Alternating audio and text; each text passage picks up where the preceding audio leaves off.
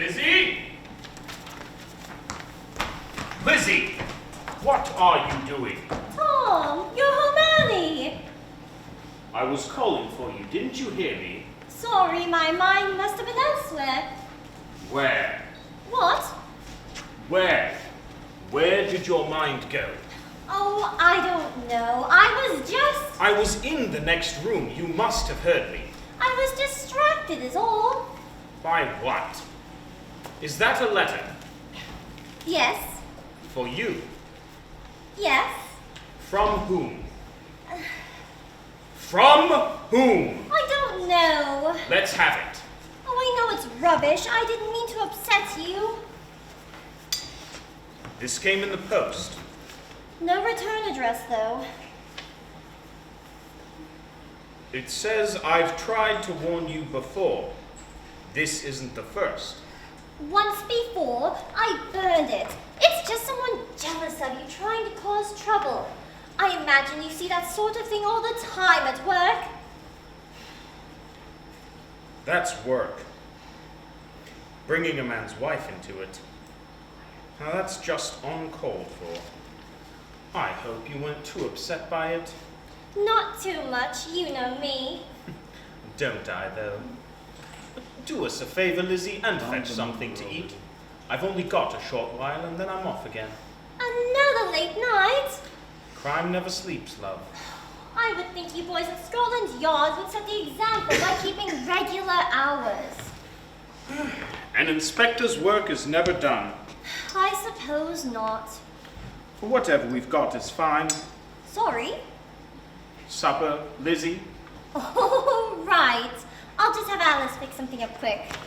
No, why don't you do it? But she's our cook. She'll be upset. I like it better when you do it. Well, all right. Just give me a minute. I'll be in the front room then. Of course, dear. Shall I get rid of that? No, I'll take care of this.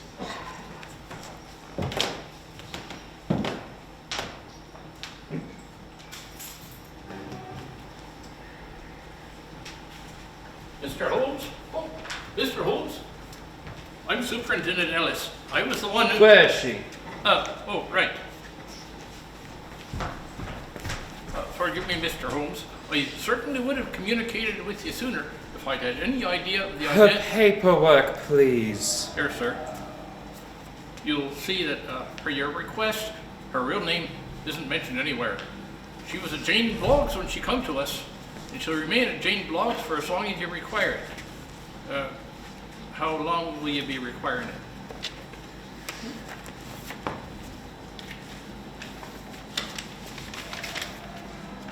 Oh, I see. That is quite a long time, I assure you. Are you certain, sir, that you wish to take her into your own custody? I ask because, well, we found it necessary to restrain her. Restrain her? For her own safety, sir. If you saw the police report, you know that she put up quite a struggle when she was first detained. Why am I not surprised? And since she's been here, well, perhaps you know she becomes quite agitated when someone gets too close to her. We had a minor incident, and it took some effort to restrain your, the straitjacket is to prevent further disturbances. Straitjacket? She kept it on? How very unusually helpful of her. Helpful, Mr. Holmes? Indeed. A straitjacket is merely no challenge for her. If you put her in the straitjacket and she remained in the straitjacket, she's doing it for her own reasons, her own free will. Here we go. Oh, it's you. The bruises. Explain. As I said, it took some effort. Never mind. Just get her out of her restraints. See you soon, sweetheart. Are we done here? Just a moment.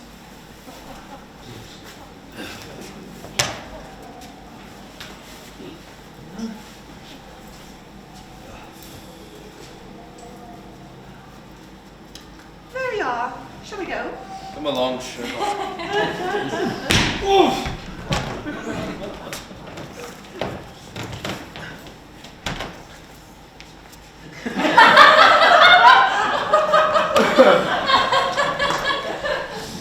You were gone for nearly a fortnight this time.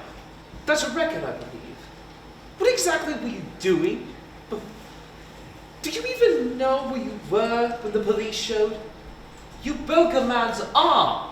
But I assume he tried to touch you, but it's just, I don't understand these sort of, why you would go out and do all this. If you'd moved back home, you could avoid situations like these. If you just surround yourself with people who understand you, if only... Blast. I just wish I understood why you hated me so. Don't be so melodramatic, Mycroft. How else would I intervene with your behavior? There must be a reason for these outbursts. My reasons are my own. Sherlock, I can't keep doing this. You know my work. My work with the government... Don't mince words. You are the government. My work with the government requires a degree of discretion. I can't keep that when I have to drop everything, track you down, cover your tracks, and repair whatever damages you may have caused on one of these tantrums. I am not a child, Mycroft. Alas, no. But if you were, it would be far, far more easier to explain. Far less expensive. Is that all I am to you? A financial obligation? Surely you weren't expecting any sentimentality, were you? Of course not, Mycroft. Don't be vulgar. Then let me make something very plain. You will drop these at once, or Or what? Back to the asylum for me? I would be well within my rights. When will you learn that such a place holds no challenge for me to escape from? That is, you're correct, unless I tell them how to restrain you. You wouldn't. Oh, now we're expecting sentimentality. I was expecting less juvenile games from you. Does it hurt? Please take me home, Mycroft. Mrs. Hudson's going to have a thing or two to say about your appearance. I will deal with Mrs. Hudson. You may want someone to look at it. Thank you for your concern, Mycroft. I shall speak to Dr. Anderson. Anderson? That woman doctor from that school? You know perfectly well who she is. Fine. Driver, we will not be stopping at 221B Baker Street. Take us to the Royal Free Hospital, the medicine school for women.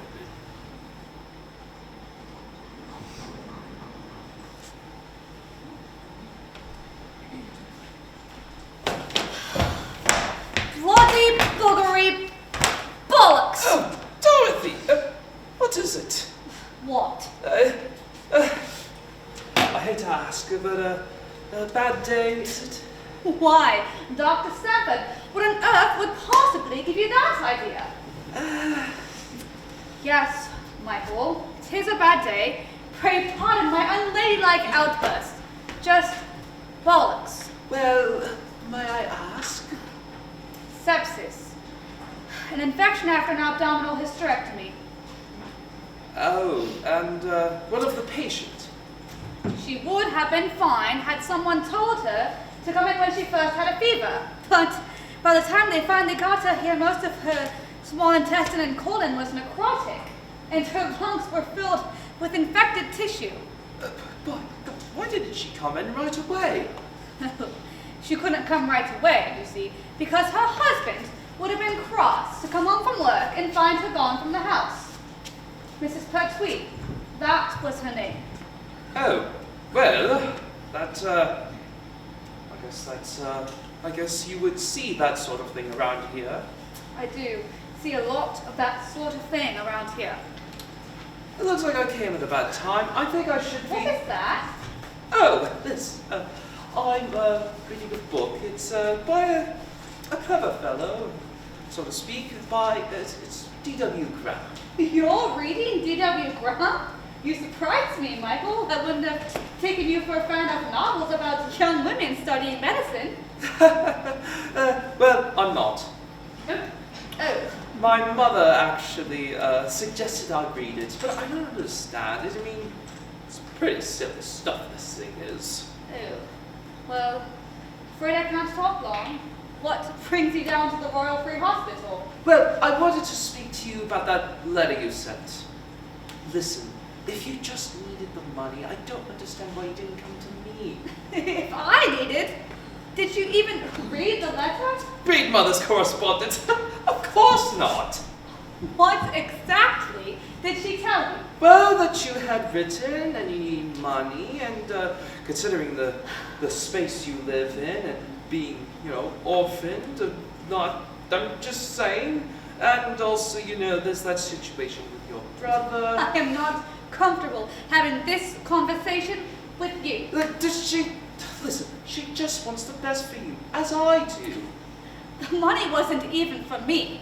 I was hoping she'd make a donation to the school. Oh, of course, the school! Yes, I understand now. What? Anyway, I've come to make a counter offer. Oh, Yes, I'd like to renew my proposal. what proposal? Michael, you can't mean. Yes. That was 8 years ago. Almost 9. That was before I left for Edinburgh. Yes. I thought you were joking. You said you were joking. No. You said that I was joking, and I agreed because it would be a less embarrassing. But wait, do this properly. Please don't. Oh, Miss Dorothy Watson, will you marry me? Couldn't we just do this in private? Well, I understand the hallway of the Royal Free Hospital is not the best sort of place to do this, but it's becoming damn difficult to find you these days. I don't know what to say. Have you really been waiting for an answer for 8 years? 9! Almost. Michael. Listen, if you marry me, you wouldn't have to work again. What would I do instead? Well, run the house, of course. Run the house? Michael, look at me! Exactly. Marrying me would get you out of this drab picture. What about this picture would make you think I would give it all up to run your house instead? Dorothy, be reasonable. Okay, I may have asked this a bit too soon. It's just, neither of us are getting younger, you and I. No, we are not. I might bring this up later. It's just, I have been waiting 8 years. Almost 9. Dr. Watson, I was wondering if you might... Oh. Hello. Dr. Anderson, forgive me. Dr. Stanford here was just leaving. Oh, yes, I was just leaving. May we discuss, this later? Maybe over a candlelight dinner? I will think about what you have said. Good day, Michael. Good day, Dorothy. Good day, Miss... Sorry, Dr. Anderson.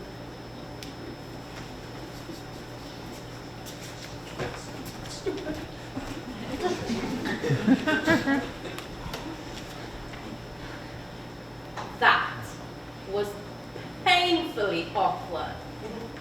I am so glad to have witnessed it. He's offering to rescue me from this place by marrying me. Better women than you have been enticed by such a proposition. Would you be? I'm not looking for a way out. Oh, no, it's not that at all. It's just Mrs. Pertwee died on that table today because she was too afraid of what Mr. Pertwee would do if he came home and things weren't to his liking. And she is hardly the first. I am aware. Shouldn't we be doing something about that? Like what? I wish I knew. It's just, this is the London School of Medicine for Women, the only one of its kind in all of England. We should be making a difference. Are we not? I don't know. Is something wrong, Doctor? Will you accompany me, Dr. Watson? I have a patient here that I would appreciate your opinion on. You want my opinion? Mm-hmm. Yes, of course, Dr. Anderson. Well, let's get you cleaned up and off we go.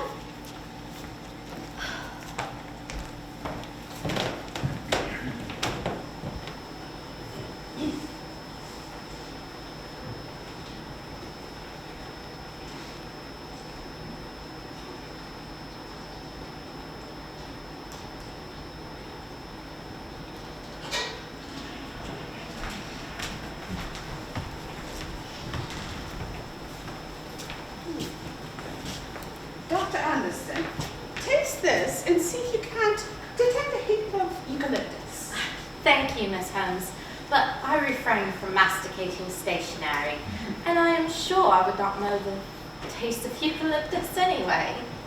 Then I shall require a palate cleanser lest I contaminate the samples. I'd like to introduce you to my colleague, Dr. Dorothy Watson. How do you do? Miss Holmes, is it? Boone. I beg your pardon? Boone, Switzerland. It's where you went to school, or rather, where you finished school, which you began in Edinburgh. Yes, that's correct, but how did you know that? And now you found yourself in a spot of trouble, the exact nature of which eludes me, but keep talking. Wait, did you discuss me? I assure you, I have never spoken about you until this very moment. Miss Holmes, I leave you in Dr. Watson's capable hands. She's a romantic, this one. You ladies have a lovely day. It's good to see you again, Miss Holmes. Wait, but what? Shall we proceed? Very well. That's quite a black eye. May I ask how it happened? An orderly at Bedlam Hospital shoved my face into the wall. I see. And did he have any reason for doing that? Well, such actions were outside the purview of his position. They were somewhat understandable, as they were in response to my hitting him with a closed fist. Oh. Did you have any reason for doing that? I did. May I see your hand? Does this hurt? Oh, yes. Miss Holmes, these bruises are consistent with those of a trained boxer after a match. Oh, I'm so glad to hear that. I've read many books on the subject, but rarely is one afforded the opportunity for practical application of technique. You only hit him once, yes? No broken bones in your hands, which means your technique is admirable. But these bruises tell me you aim for the eye, where the bones are particularly hard. I would suggest something softer, like the nose or lower jaw. A blackened eye sends an effective message, though, don't you think? A blackened eye is just a bruise. The number of hands I've seen broken while causing them would make me wonder who is receiving that message. Intriguing. Can you look up for me? Any vision trouble since this happened? None. Any pain? Some, but not as much as the hand. Right, well, the discoloration looks consistent with that of a simple periorbital hematoma. I would, as long as the pain has begun to go away, I wouldn't believe you've broken anything at all. And your recommendations for treatment, doctor? Cold compresses for 2 days and then warm compresses after that. Provided you can avoid any more altercations, you should be back to normal within a week or two. Thank you, doctor. Is there anything else, Miss Holmes? I'm still trying to determine why Dr. Anderson introduced us. Must she have some ulterior motive? Well, you're not the first woman the good doctor has brought to my attention. You certainly are the first colleague. Dr. Anderson consults you regarding her patients? Not exactly. There are women with troubles that come to the doctor that cannot be solved by the doctor. They have issues or complications that need an unconventional solution, and that's when they come to me. And who are you exactly? I'm Sherlock Holmes. Sherlock? That's quite the unusual name, if you don't mind my saying. Don't believe I've ever met any men named Sherlock, but I certainly haven't met any women. Indeed you haven't. Well, unfortunately, I cannot satisfy your curiosity any further, but my troubles are of the most mundane sort. I shall like to hear more about them nonetheless. Would you do me the courtesy of paying me a visit in my home? Well, now you're trying to think of other obligations or complications that would keep you from visiting me in my home, but let me put it to you this way. Do you respect Dr. Anderson? She was the first woman in all of Great Britain to receive a medical license. She's a gifted doctor. Of course I respect her. And yet, when I presented myself to her, with injuries sustained in a fist fight in a sane asylum, her first thought was to introduce me to you. Aren't you at all curious as to why? What's the address? Baker Street, 221B. I'm looking forward to it.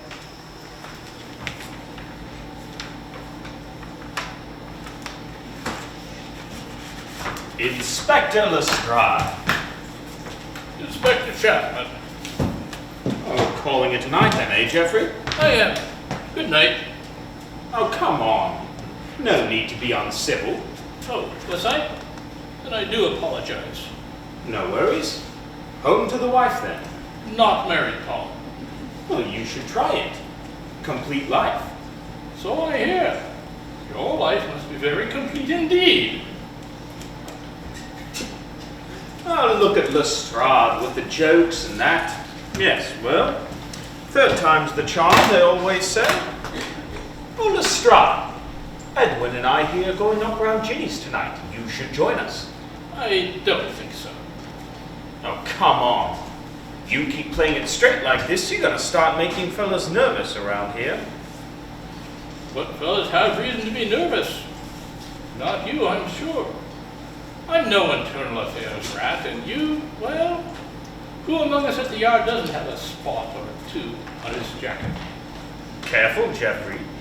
You got one good laugh and don't start thinking you're a comedian. Wouldn't dream of it. You and Mr. Greener have a good evening. Lestrade. Look, I just want to say no hard feelings. You were just doing your job, I get that. Now who's telling jokes? I mean it. To be honest, I'm glad it was you. No one could say I rigged the game with Geoffrey Lestrade on the case. No, they couldn't, could they? Well, you're a credit to the yard, you are. You done, Tom? Yeah, I'm done. What about you? Are you done, Inspector Lestrade? Case is closed, Tom. Not much I can do about it now. Well, that's right. Doesn't mean I was wrong, though. See, that's where you're mistaken, mate. That's exactly what it means. Oh, yes, Tom. You're as clean as a whistle, with the court willing to prove it. You know, Geoffrey, perhaps you had the right idea after all. Well, you should just head on home to your no wife. And while you're sitting there, all alone, in your cheap, rented room in Chelsea, you just might want to ask yourself if you're cut out for this line of work. Well, smart fellow such as yourself, there's all sorts of things you might do. Sky's the limit. Let's go. What do you want? Just run along, Mr. Greener. Thomas Chapman doesn't take kindly to lackeys who ignore his instructions.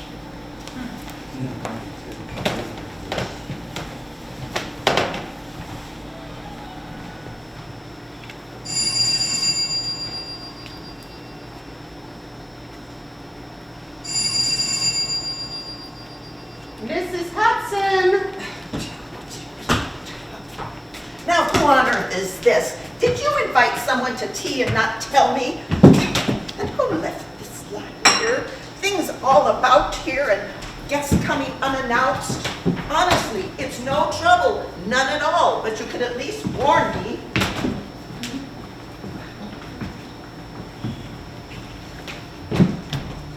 Miss Sherlock, I do not find this funny. Funny, Mrs. Hudson? There's a person downstairs who claims to be a doctor. Yes. This person claims to be your doctor. And? And this person is a woman! Mrs. Hudson, surely you are aware that such things exist nowadays.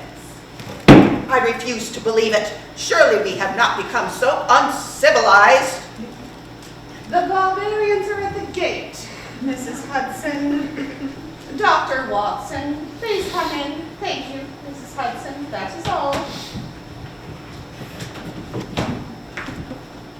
Have I done something to upset her? Mrs. Hudson is not quite prepared for the age in which we women folk indulge our eccentric longing for the will-o'-the-wisp pleasures of independence. I see. I must say your black eye is healed quite nicely. The compress has worked then. Yes, thank you. Can you believe that Mrs. Hudson wanted me to put raw meat on it? Oh, well, I'm just glad to see you're feeling better. I apologize for not being able to come sooner, but between the hospital and the school, I've been rather occupied of late. That's quite all right. It gave me the opportunity to investigate a hypothesis of mine. I just finished reading your novel, Mr. Graham. Mr. Graham. D.W. Graham. How? I generally have chemicals about, and I sometimes conduct experiments with them. Would that annoy you? Why should that annoy me? But how did you know about the room? I am sometimes sullen for days at a time and don't speak to anyone. Mrs. Hudson thinks I'm sulking, but if left alone for a few days, I'll be quite all right in no time. Now, what do you have to confess? Confess? Well, yes, I think we ought to know the worst of each other if we're going to be living together. Living together? Who said anything about living together? I thought of the most logical solution. Solution to what? You don't have to decide right now. Let's see what she has to say first, and we can discuss it after. She? Right on time. Now, who could this be? Really, all these visitors tramping through here at all hours. If I'd known when I let these rooms that I was opening a train station. Might I ask who you're expecting this afternoon? A woman, young, rather pretty, who dresses somewhat better than her accent would lead you to believe. She has something weighing on her, but she puts on a great effort to have an air of nonchalance, or so I've been told.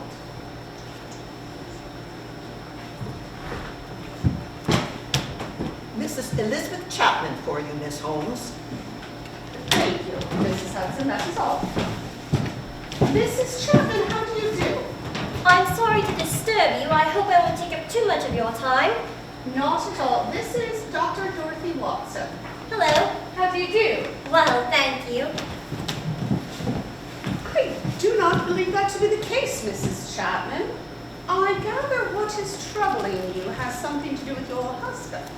Why do you say that? The skin around your wedding ring is reddened as if you've been worrying it. Yes. My husband is Thomas Chapman. He is... Ah, the Scotland Yarder, yes. You've heard of him? I have read about him in the newspapers. Someone has been sending me letters. At first I thought it nothing, but they keep coming.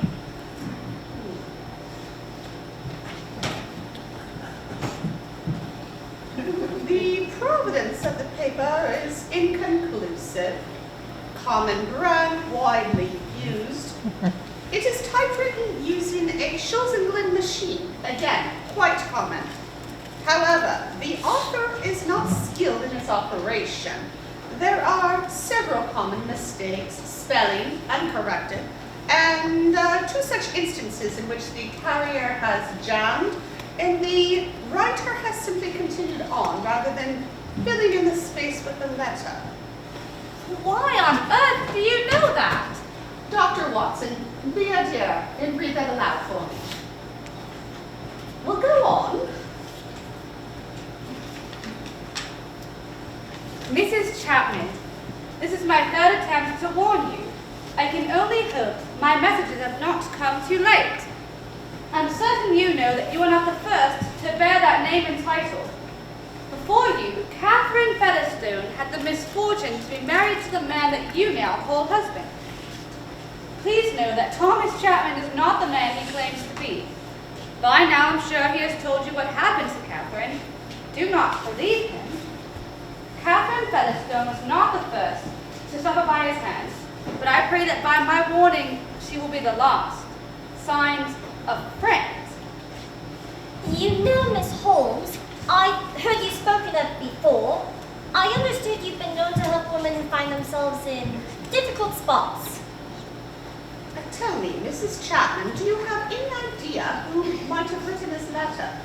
No, I don't know. That's why I came to you. And do you believe the contents of the letter to be true in any way? No, none whatsoever. There must be something, Mrs. Chapman. This is the third such letter that you have received, and yet you have not taken it to your husband. I showed him the last one. He said he'd take care of it, but that was 2 weeks ago. This one just arrived the other day, and I didn't want to trouble him with it. He does such important work at Scotland Yard. And yet you felt the need to bring it to me. And remember, I am quite aware of who your husband is. I'm a voracious reader of the newspaper. Then you know what's been said about him. I know that Thomas Chapman is considered one of the best officers with the Metropolitan Police Force. He has the highest arrest record in Scotland Yard, and he has been investigated on corruption more than once, but never convicted. He has been married 3 times, most recently to a Miss Elizabeth Durham, that would be yourself, whom he married just 2 months after being cleared in the wrongdoing of the death of his second wife, Catherine Featherstone, who drowned in the bathing pool at Hampstead Heath. He married her 2 years after his first wife, Margaret Cleary, died in a fall from a horse. Do I have this right so far? You want me to tell you that there is nothing wrong. You want me to tell you that this letter is nothing more than a hoax spurned by jealousy. You want me to tell you to go home to your husband. My husband is a good man. Those are very nice shoes, Mrs. Chapman. Lovely, high quality, and quite expensive.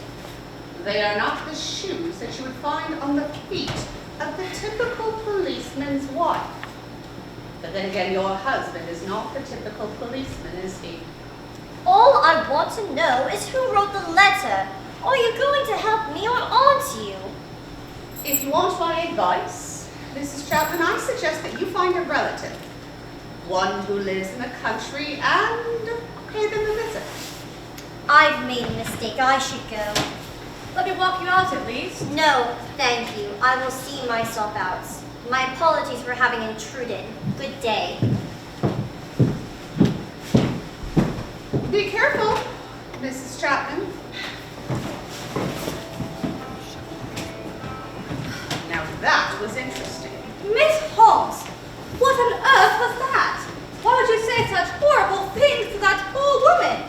I said nothing that was untrue. What was so horrible about that? How can you possibly know anything about her husband?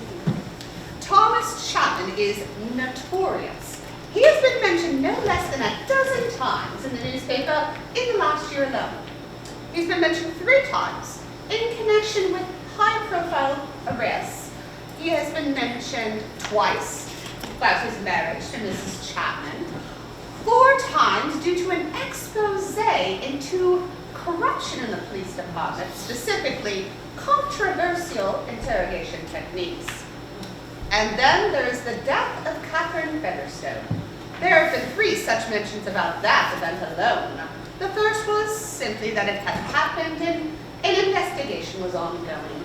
The second was that the coroner's jury had been convened, and the third is my favorite. In the third, then they announced that Thomas Chapman has been cleared of any wrongdoing. When the newspaper asked the investigating officer for a statement, he refused to comment. Why is that significant? Don't you see? I do not. He refused to comment. I can think of few phrases that appear more frequently in the newspaper. Scotland Yard had just exonerated one of their own. They should have been trumpeting it to the world with celebration and fanfare. But instead, when asked, the investigating officer refused to comment. That means something, and probably something else. But what it truly means is that something has been hidden from the public eye. And what it possibly means is that the investigating officer does not believe or agree with the results of that coroner's jury. There is a third option. He might not care. Oh, not this one. I have followed Inspector Lestrade's cases for quite some time. With great interest, I must add. He is the best of professionals. Then why don't you refer Mrs. Chapman to him? Oh, I intend to. But Lestrade's efforts are hampered by this web that Thomas Chapman has woven around himself. Mrs. Chapman's concerns can only add to Lestrade's suspicions. What he needs is evidence, and we must supply it for him. We must supply it for him. Yes, who else? Someone more qualified. There is no such person. Mrs. Hudson will be going out. What, you're leaving? Are you not coming with me? Coming with you? Where? This is all moving rather quickly. Dr. Watson, this is what I do. It's not all that different from what you do. I observe, I deduce, I investigate, I diagnose, and I prescribe. And you want me to come with you? As much as it surprises me, yes, I do. Mrs. Chapman was quite plain. She does not want our help. Why would you continue in spite of that? Because Mrs. Chapman lied. She what? Didn't you notice? When I asked her if she had any idea who had written the letter, she said she did not. How do you know? It's the same way that I knew that you went to school in Boone and that you paid for it by scribbling those awful detective novels with that less than subtle pen name. All right, explain yourself if you please. You are a fully licensed medical doctor in the City of London. Your demeanor and association with Elizabeth Garrett Anderson tells me that you have some skill and some experience. But England only started issuing licenses to female doctors 4 years ago. So, while you might have begun your schooling in Edinburgh, you would have had to travel abroad to receive your degree. When you entered the examining room the other day, I detected a hint of chlorine. That tells me that you had just washed your hands using a method preferred by the continental agencies, particularly in Germany, Austria, and Switzerland. And then I saw your watch band, a common brand associated with Antoine Lachade of Geneva, and a medical institution located closest to Geneva, which accepts international students, is in Bern, Switzerland. I see. And the writing? You have no close family to speak of, but yet you continued your education over an extended period of time. There are no scholarships available for women, and yet you funded your education somehow. And then there are the words that Dr. Anderson spoke when I met you the other day. Do you recall? She's a romantic, this one. But I didn't think that's what she was talking about. I wasn't quite sure either, but a quick survey of book reviews in the last several years led to the discovery of an author who wrote about the adventures of medical students and who used a nom de plume. Now, authors who employ initials rather than full names usually have something to conceal, and And often what that is that they are a woman. And honestly, DW. All right. I just have one question for you. Is this what you do? Is it safe? Tell me, Dr. Watson, when was the last time that you truly felt safe?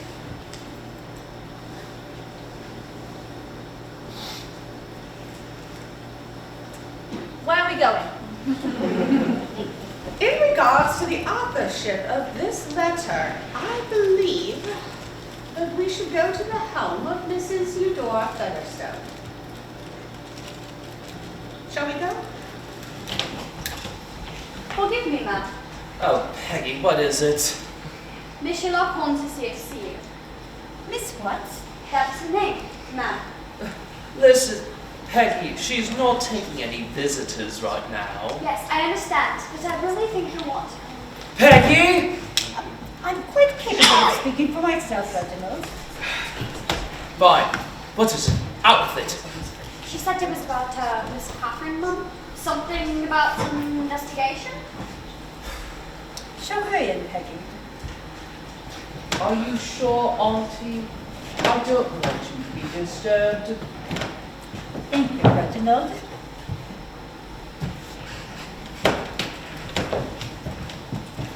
Eudora Featherstone, I presume.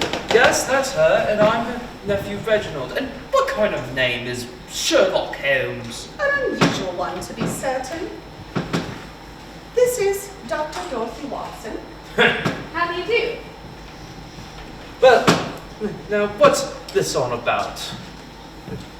Well, we did want to let you know that we are so very sorry for the loss of your daughter.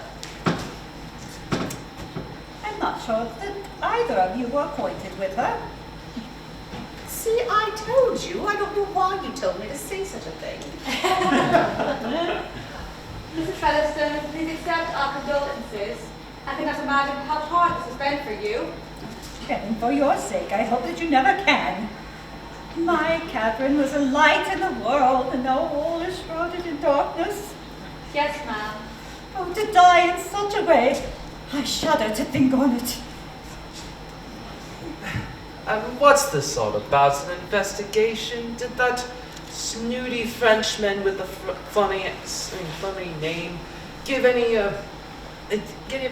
idea to, open this case again? No. We are here on more of a private matter. We are here on behalf of Mrs. Elizabeth Chapman. I don't believe I understand. You do know who Elizabeth Chapman is, right? I do. She has asked us to look into rumors regarding her husband, specifically about your daughter, Catherine. She has asked you. She has. And who are you again? That's it! Explain yourselves, and please just play. Mrs. Featherstone, we understand how unusual this might seem. In fact, no one on earth wonders what we are doing here more than myself. The fact is that Mrs. Chapman received an anonymous note alleging that her husband might pose a threat to her. I have no doubt that he does. That poor girl. So you have concerns yourself? I am certain that what befell my Catherine was no accident. You are aware that the coroner's jury determined there was no foul play. Nonsense. They determined that there was no foul play on the part of Thomas Chapman, a conclusion which I regard as highly suspect in and of itself. Why is that? Well, had Scotland Yard not been protecting one of its own, the truth might have come out. My Catherine was the kindest, sweetest girl that ever lived. She would never have done something so vulgar as to go to a public bath. And why would anyone be at such a place at that time of night? You tell me that.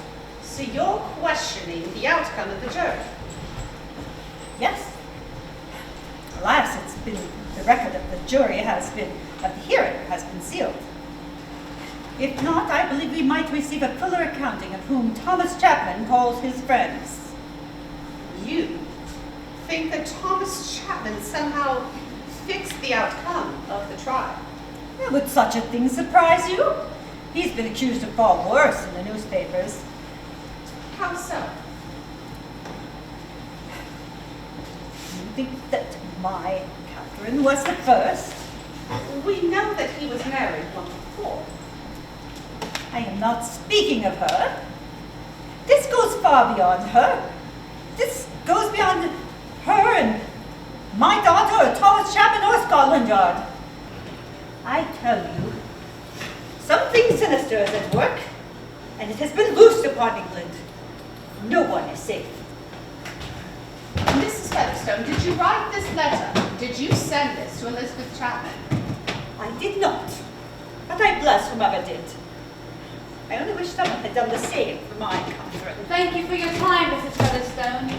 We are truly sorry for your loss. You did not know her. No one knows anyone. Peggy, I'll deal with this, Featherstone. You just see these two out. All right?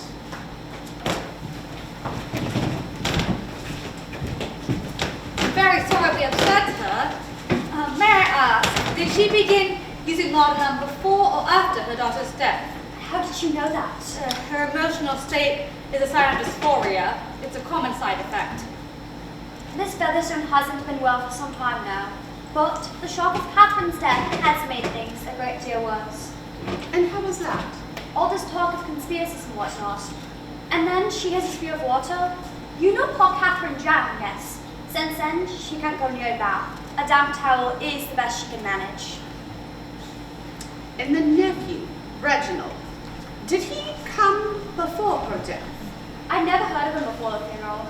But with her gone, though, he stands to inherit a lot of Miss Featherstone's money. So the money's not guaranteed then? No, he's petrified she'll change her will. The tea sounds delightful. Bless you, Miss Holmes. I'm to clean the floors today.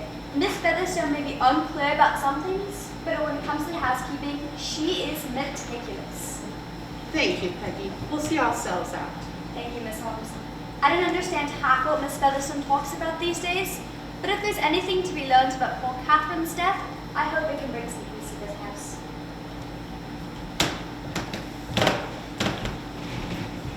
Fascinating. Fascinating? You think upsetting a grieving, elderly woman is fascinating? Do you not? I do not. Mrs. Featherstone is clearly suffering from the long-term effects of her laudanum dependence. She probably doesn't even remember writing the notes in the first place. Oh, she didn't write this letter. That woman has never operated a typewriter in her life. How do you know? Didn't you see her hands? Oh, never mind. It's not important. What is important that is, we happen to catch her in a particularly lucid moment today. Didn't you notice? I did not. The jury. The coroner's jury? Yes, the coroner's jury. Now we know that someone filed a motion to conceal the results and the list of the trial. Oh, so you find that credible? Shall we also look into the conspiracy that goes beyond Scotland Yard? You don't need to be facetious. What makes you believe that? Of all the things that poor woman said? It was the only thing that she wasn't sure of. And that, there's something there. We need to look into that. No, we do not. I am sure that those are kept private for a reason. Yes, but for what reason and who requested it? We should go ask Inspector Lestrade. Excellent idea. Let's go do that. I was being facetious just then. Doesn't negate the validity of your remark. So, where are we off to? Scotland Yard.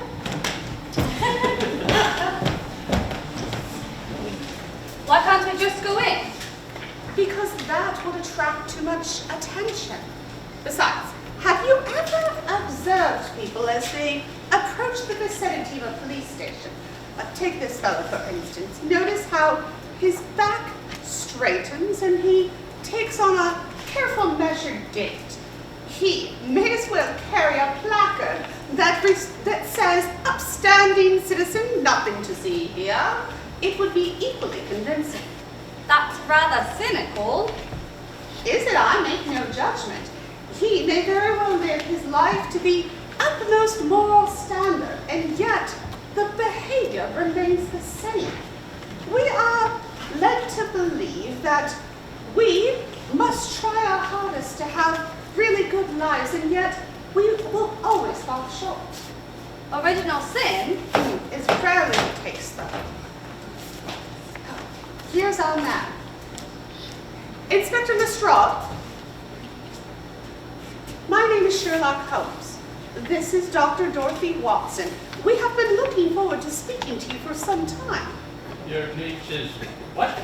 I have followed your cases for some time, and may I say that compared to most of your colleagues, you are the closest that one might call competent. We were hoping that you might spare a moment to discuss one of your cases. What case? Thomas Chapman. You are familiar with the name, yes? Who are you? My name is Sherlock Holmes. Dr. No, Watson. no. Who are you? Is this some sort of joke? We are here on behalf of his wife. I don't His make wife? jokes. Thomas Chapman's wife? Yes, she has asked us to look into allegations about her husband. Just a minute. Did she say you are a doctor? I am a doctor, yes. And you are some sort of... What are you? I am interested in the coroner's jury investigation surrounding the death of Catherine Featherstone. Now, we understand a motion has been filed to suppress the coroner's jury witness For the list. Hold your voice down, would you?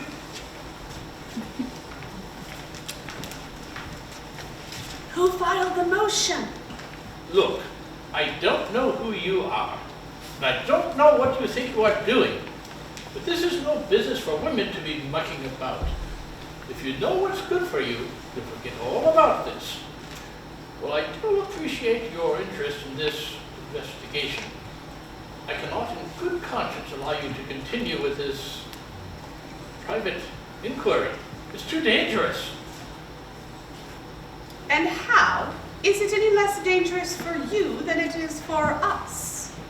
Miss Holmes, I'm a police officer. It's my job. And you are... We are what, Inspector Lestrade? You, Miss Holmes, are the strangest confounded woman I've ever met. And in my line of work, that's saying something. And is that what you'll have me tell Mrs. Chapman? If you really are a doctor, talk some sense into your friend here. Why did you refuse to comment? What? After Thomas Chapman had been cleared of all charges, you refused to comment. And I want to know why. Because you knew that he was guilty of it, and you couldn't stomach it, could you? Because you knew what kind of man he was. But you didn't have the evidence for it, did you? Inspector Lestrade, why don't you tell someone your side of the story? Consider it therapeutic. I can't talk here. Then come to us tomorrow, 221B Baker Street. Just talk, right? I don't want to find out you two have been snooping around crime scenes. I'm scandalized that you'd ever suggest such a thing. Right. Why don't I find you ladies a cab to take you home? Thank you, that would be splendid.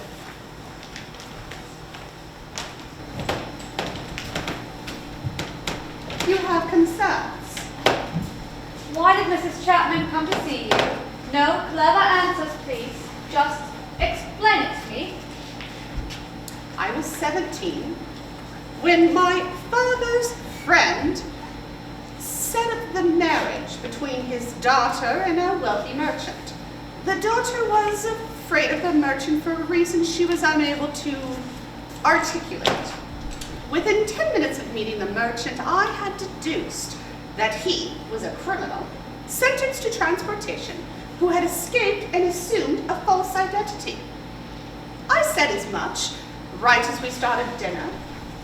Mother and father were mortified.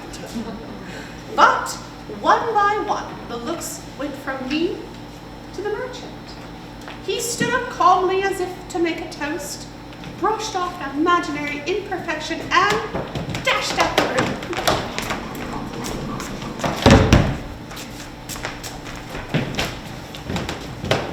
Good night, ladies.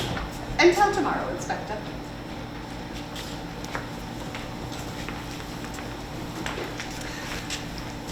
They found the wealthy merchant in his offices later, emptying out the safe. The daughter was ever so grateful for having avoided a shameful marriage, and not too long later, she brought me an associate with a similar issue. I developed somewhat of a reputation. There are women who have problems that need unconventional solutions, and that's when they come to me. I provide an unusual but a necessary service. And it is this service in which you find yourself brawling with orderlies at Bedlam? Not that often. But I was 14 the first time I found myself in such a place. It was my mother's doing. She felt that my fondness for reading and study of the natural world taxed the brain. Why would she think that? Have you ever heard of the Alsatian wolf dog, the new German breed? They are said to be one of the smartest dogs ever bred.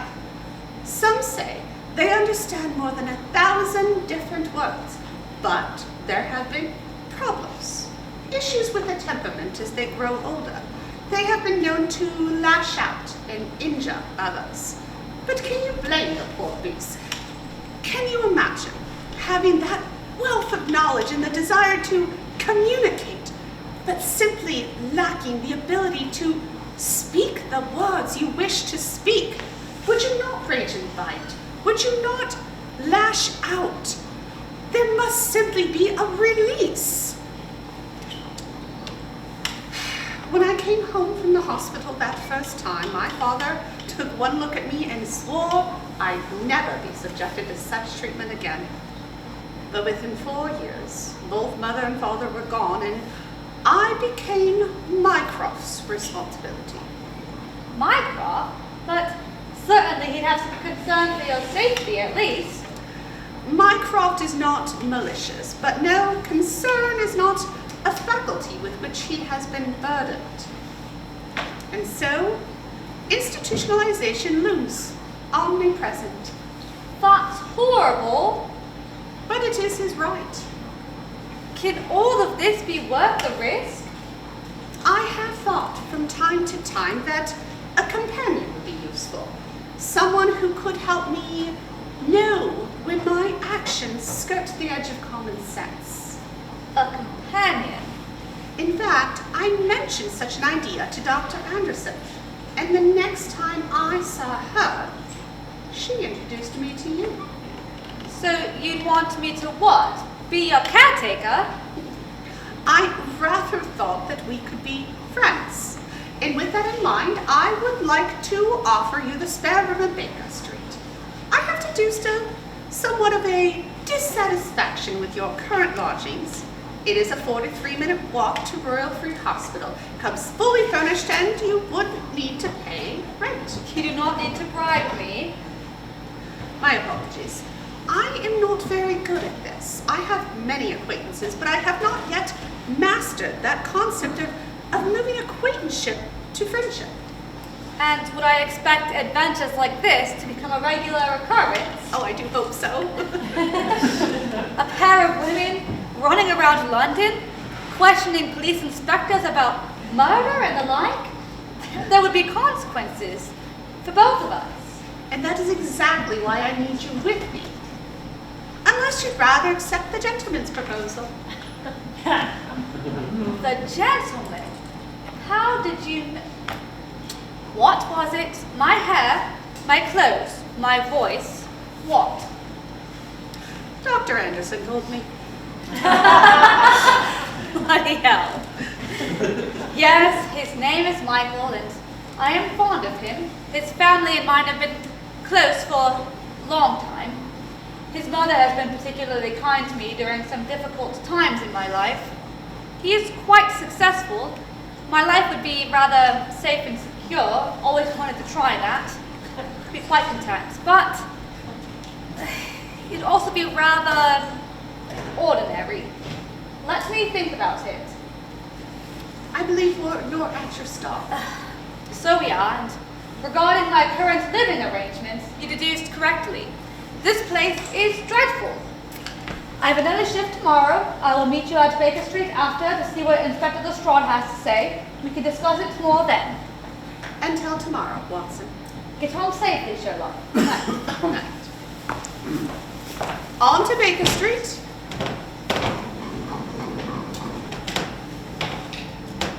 Peggy?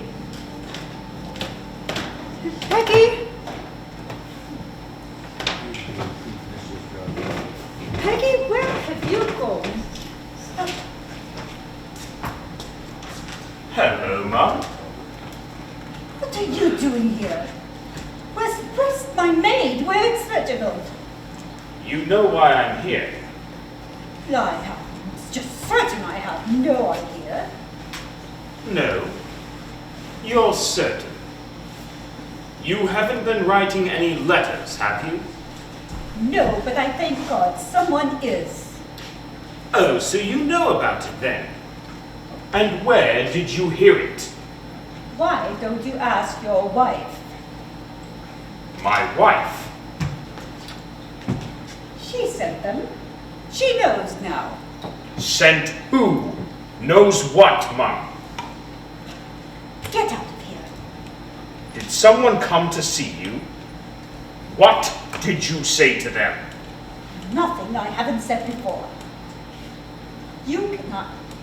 I'm not afraid of you. I don't need you to be afraid of me. I just need you to believe me when I tell you that if you don't shut your bloody mouth, I will shut it for you. You understand that, don't you?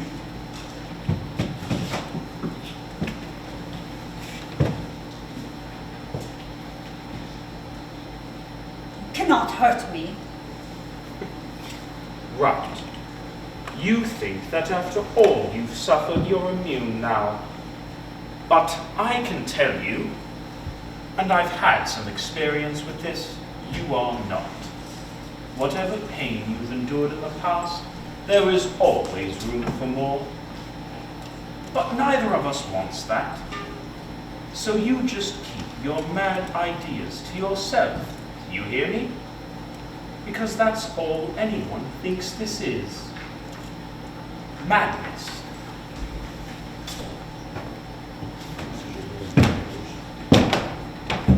It's good to see you again, Eudora.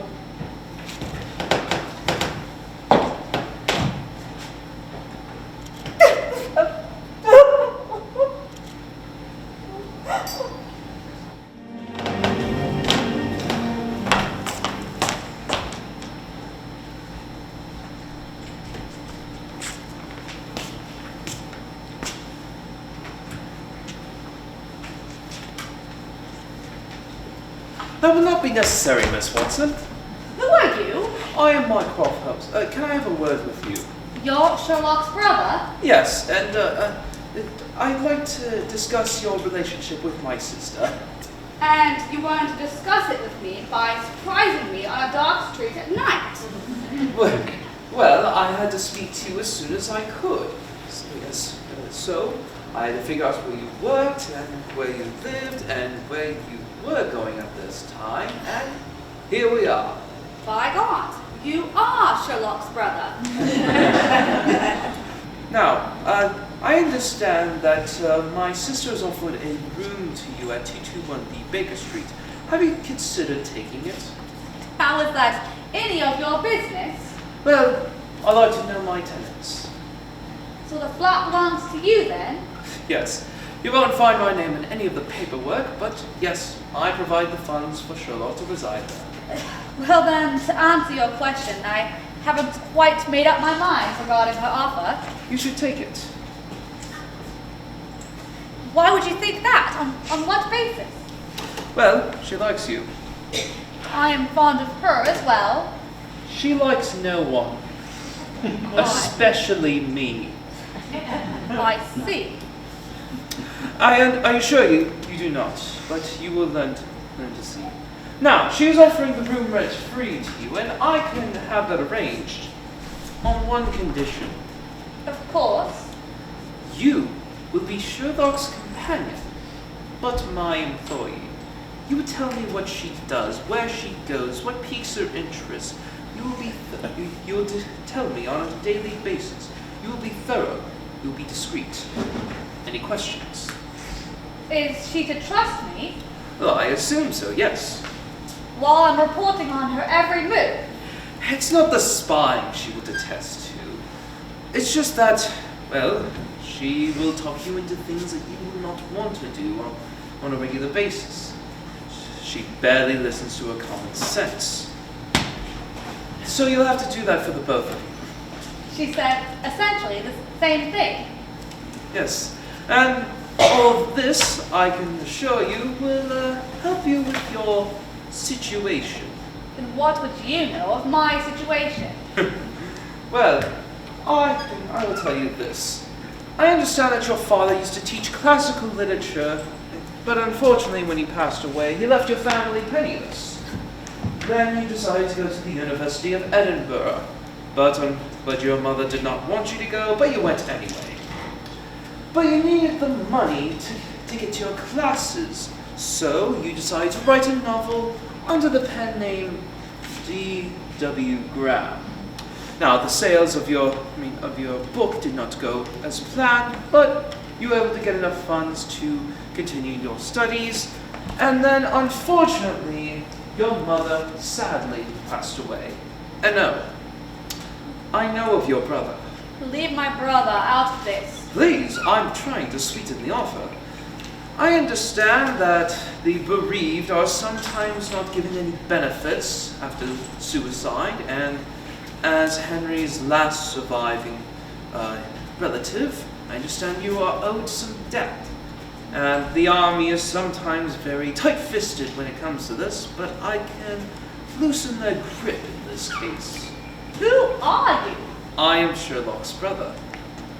Now, do you understand my requirements? Yes. May I have some time to consider it? Yes, but please, don't take long. And also, just please remember, you are Sherlock's companion, but my employee. Understood? It is. Good. It's a nice night out. If you find you're in an odd behavior, wait until about. Good night, Miss Watson.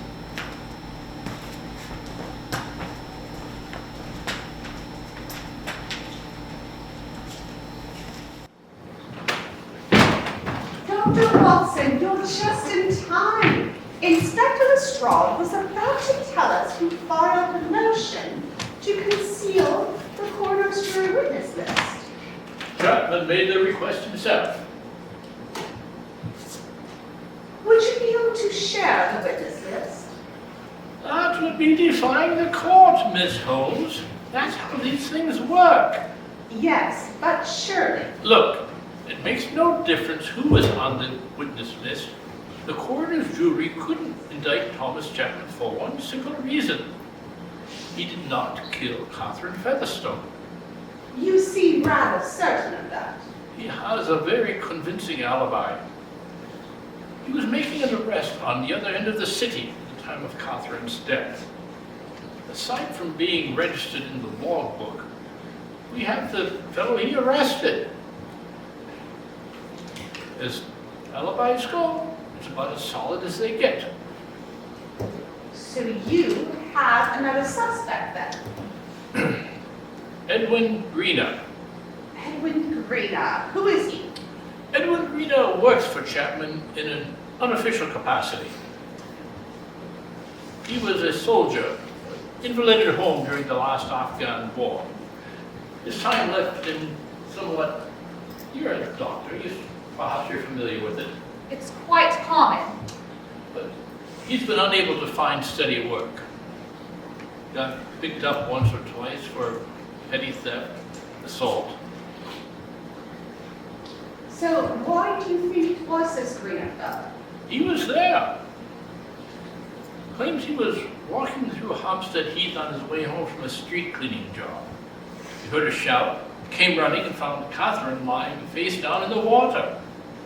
Greenock claims he pulled her out, tried to revive her without success, so ran to flag down a policeman. The street cleaning job checks out, but then with Thomas Chapman, everything always does. So you have reasons to question his story. I have dozens of reasons. Chapman makes no secret of his hold over Greenock. What I don't have is proof. And the coroner's jury couldn't find any either. He's too careful. He has a lot of friends at Scotland Yard. Nobody on the street who knows anything is stupid enough to talk.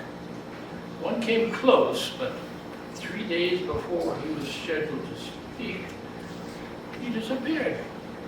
That's how Thomas Chapman deals with obstacles. Right, so what is our next step? Our next step, Miss Holmes? I thought I was very clear about this.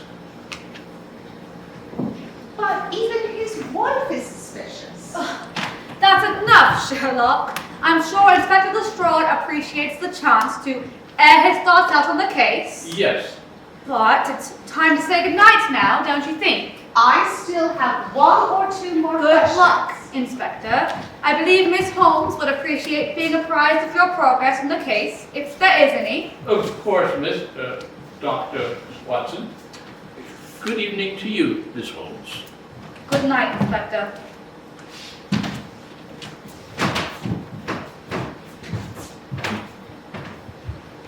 Now why did you go and do that? Because I wish to discuss your brother. I just met him on the street. Let me guess. He read your entire biography back to you. Yes, his intimate knowledge of my personal history was as encyclopedic as it was unsettling. Who on earth is this person? He claims to be merely a civil servant, but I can tell you very little happens in this city without his direct knowledge, if not his involvement in it. You understand what he wants from me? He's asking me to spy on you. So does that mean you'll take the room? That's not the point, Sherlock. Brothers don't usually bribe people to spy on their sisters for them. No. But when the fate of the empire rests on one's shoulders, as it often does in my craft, one must be careful. So you're willing to accept the arrangement then? I am. Are you? Yes. Good. Well, in regards to our current investigation, I believe we need to find a new threat. Inspector Lestrade has been annoyingly commonplace in his willingness to accept our help. He'll come around. But until then, I believe I have an idea. Are you sure you want to do this? No.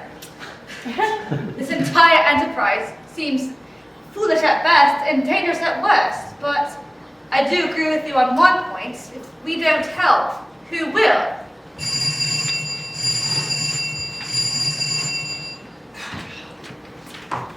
Now, who on earth could this be at this time of night?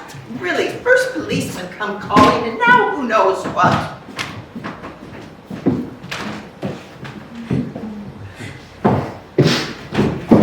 Mrs. Chapman, are you okay?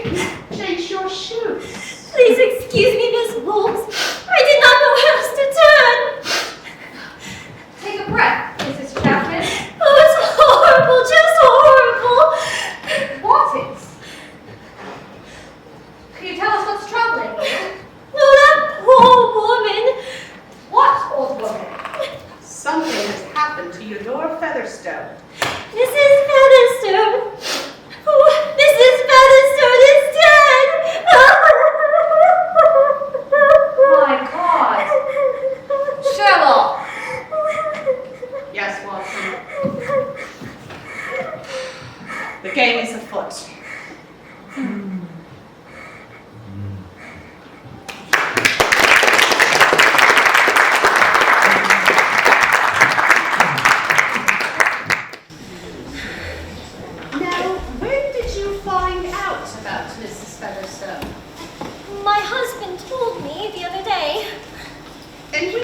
find out?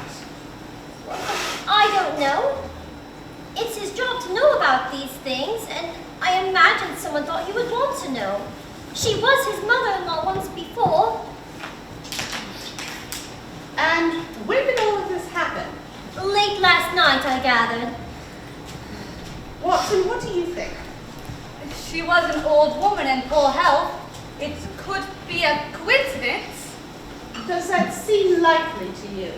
A coincidence, by definition, is unlikely. Precisely, although I do believe the coroner will come to the same conclusion. We must hurry. Mrs. Chapman, Dr. Watson and I have some stops to make. Will you stay here? Mrs. Hudson will make sure you're comfortable. Of course, you've had quite a shock, my dear. Why don't you come along with me and I'll fix you a nice cup of tea. Yes, thank you. Thank you, Miss Holmes.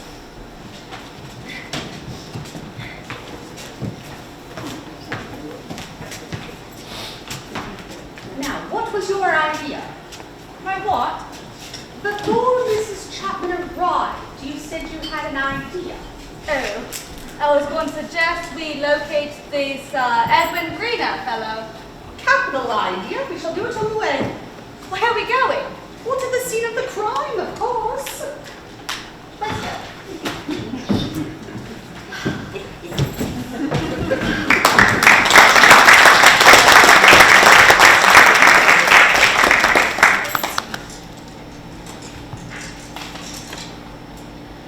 Dare I even ask, will you learn to pick locks? I would hate to scandalize you.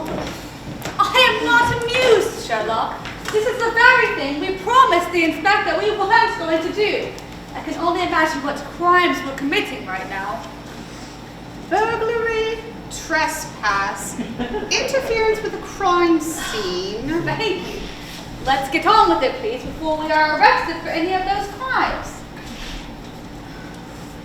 What do you notice here, Watson? Nothing different. It does smell like it's been cleaned since we were last here. Yes, and if you recall... Did you find something? What is that? It is a magnifying glass. Yes, obviously, but where did you find Hush, Watson.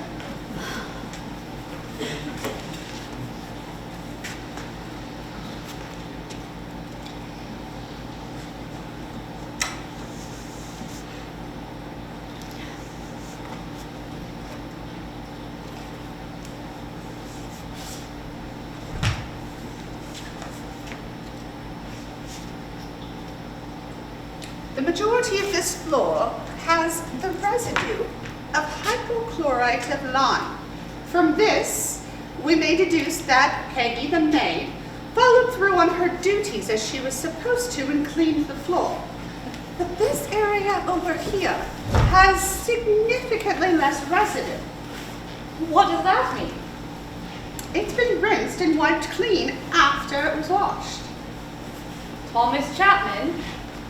He does have motive, and he would have the wherewithal to clean up evidence, but I don't think that we can discount the nephew. He has motive, and he has the means to... Oh, hello, Reginald.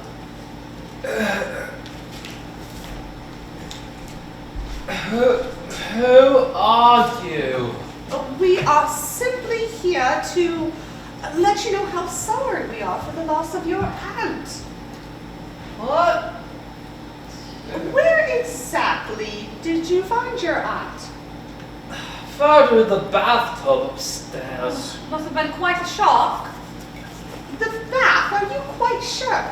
Yes, quite sure. Besides, who let you two in? Oh, Peggy let us in. Peggy? That wench. I kicked her out as soon as I got all the money. That was uncalled for. Uncalled for? Like this?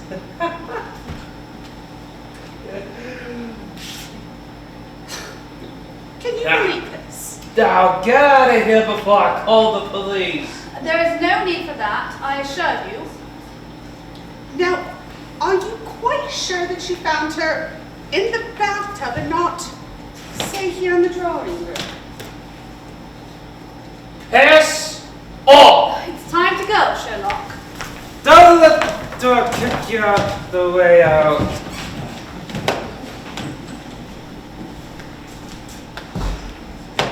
Well, I do believe that we can count out the nephew. This is too far. I'm not willing to risk being arrested, Sherlock. Oh, there was no risk. He was far too drunk. This time, yes, but the next one could be sober. And then what? What were you even hoping to find in there? I am certain that Mrs. Featherstone was murdered. How? Didn't you notice that madmen remain consistent in the confines of their madness? You will recall that Peggy the maid said that Mrs. Featherstone developed a fear of bathtubs after Catherine died. And she wouldn't go near them. So then, how would she have fallen in her bath? Precisely. I believe that she was killed in the drawing room and moved to the bathtub. Why? Why are you sure it wasn't the nephew? Well, didn't you notice his hands? Whoever did this would have had a great deal of blood to clean up, not just from the floor, but from their hands and themselves as well. He clearly hadn't bathed since we saw him the day before. Too busy celebrating. Precisely. Miss Holmes, Oh, Martha, hello. How's your son? safe in hand, thanks to you. Any news? Amelia Leeds at the White Hart and National Marine told me to give this to you. Said she got it from a friend. Thank you. And please do give my best to your son. Bless you, Miss Holmes. Who was that? Oh, that was Martha. I gathered that. Who is she? Oh, she is, well, I call her one of my knitting circle.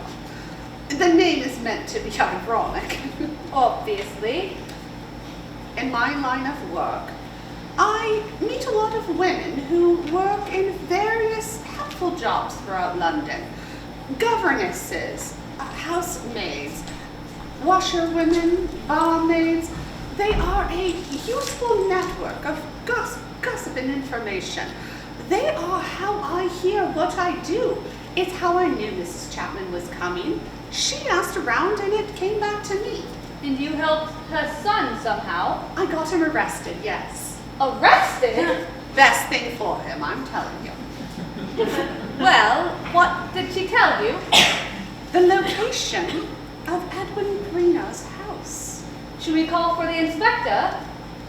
Watson, this was your idea.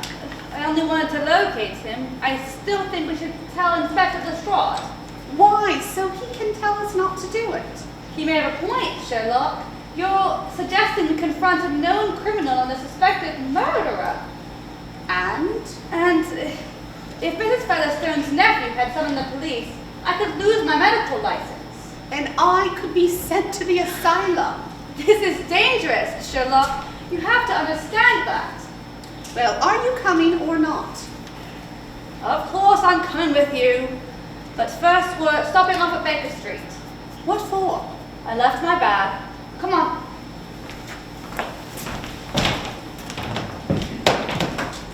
Oh, thank you, Mrs. Hudson. You've been much too kind to me. Oh, think nothing of it, my dear. I may not agree with Miss Holmes' business, or whatever she calls it, but I'm never one to turn away a person in need. They've been gone so long. Do you have any idea when they might be back? You'd think she would tell me about such things, wouldn't you? But you'd be wrong. Oh. Mrs. Chapman, far be it for me to put my nose in where it doesn't belong, but in my day, a young lady would not dream of asking questions about her husband behind his back. Even if you knew him to be a criminal? Especially if he you as a criminal. Oh, young people today have no sense of propriety. My advice to you, my dear, is to support your husband no matter what his profession may be. Of course, Mrs. Hudson. I am certain that you are absolutely correct. Ah, here they come now. All's well, Mrs. Hudson. Yes, we've just been having a nice, pleasant chat, Mrs. Chapman and I. It was her, wasn't it? Mrs. Featherstone wrote the letter. We do not believe that to be the case. Not her. If not her, then who? We are still looking into that, but our first priority right now is your safety. Do you know where your husband is? He's out on duty. Won't be back till early morning. Perfect timing. I need you to go home and pack your essentials. Dr. Watson and I have a stop to make, and then we'll be by to fetch you. But where will I go? We'll have you come back here for now, until we find you a safer place. You promise you'll come? We will. Now, be quick and be careful, Mrs. Chapman. Yes, thank you, Miss Holmes. Thank you so much.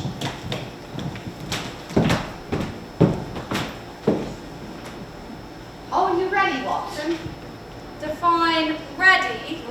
Good enough. Come along.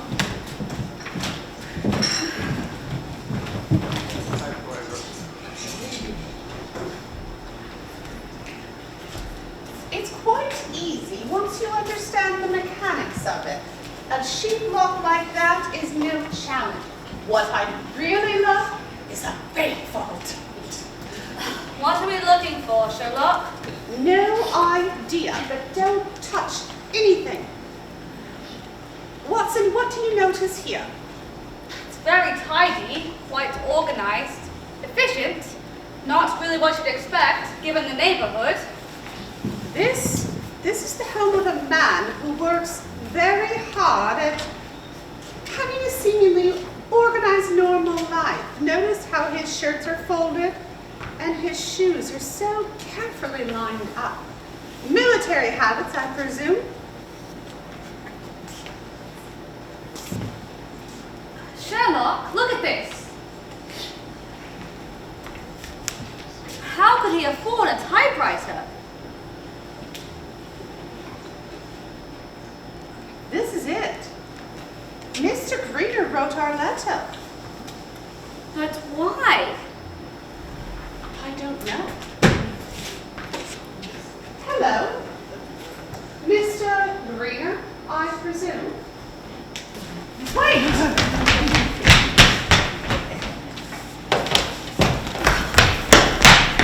Dead end.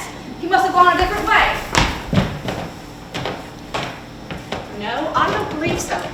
I think he's got to be somewhere around here.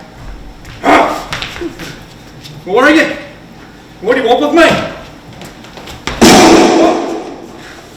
Let her go. Who sent you?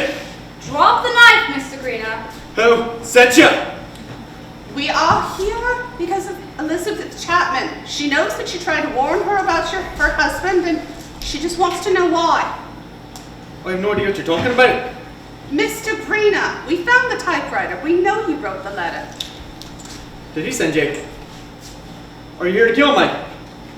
No, we are not here to kill you, despite my associate's appearance to be confirmed. So, you're not here to kill me? No. Watson, put the gun down. I'll put mine after he puts his down. Do it. Please, do it. Mr. Greener, if you do not drop your knife, I will fire my gun again. At this range, I have a strong chance of striking your upper arm, chest, or shoulder. The bullets will pierce your skin, tear through your soft tissue, and impact against bone, breaking it. This will inhibit the use of your arm, possibly permanently. Now, removing the bullet fragments will be extremely painful, much more so than actually being shot. The medical treatment required will be not enjoyable for you, but unfortunately, you will receive it. And as much as you may wish for it, the one thing it won't do is kill you. Who are you? We are friends of Elizabeth Chapman. She just wants to know why you wrote the letter. It's true. I saw it. You saw Thomas Chapman kill Catherine? No, I didn't see that, but I know she didn't die in no bathing pool at the Hampstead Heath. What do you mean? Because she was already dead when I put her there. Explain further, Mr. Green. I was working for him. Small stuff, collecting. Sometimes he had me rough some people up. Keep people in line, that's all. But that night he tells me to come back to his house. I'm not to question orders. I do as he says. He asked me to fetch a wagon. I bring it around the back. I knock on the back door, tells me to come in, and that's when. That's when what, Mr. Greena? Catherine, he had her all wrapped up in a shite. I mean, I knew it wasn't her first, but he says, grab her fight. And we lower her up to the wagon. Did he come with you? No. He needed his alibi. He told me, I need you now, Edwin, more than I ever have before. You do this for me. You never want for anything ever again. He went off his way and I went off to the Hampstead Heath. It was full dark, no one was around. Took off the shades, and that's when I saw her. Did you notice any injuries? No interest, no. But her face was just purple. Eyes so red. I remember them just staring at me. I remember thinking, maybe this was an accident. But I know he wouldn't be having me doing this for no accident. And what happened next? I put her in the tub, I let her float there for a while, took her out, and that's when I fetched the cops. Mr. Greena, you are an accomplice to murder. An unwilling one, I think. But if you're willing to testify against Tom, I believe the jury will be lenient. You want me to testify? Against Tom? You don't understand. You do not cross Tom Chapman! You were just willing to die a moment ago. What are you so afraid of? You're a soldier. I've seen what he does to folks before he kills them.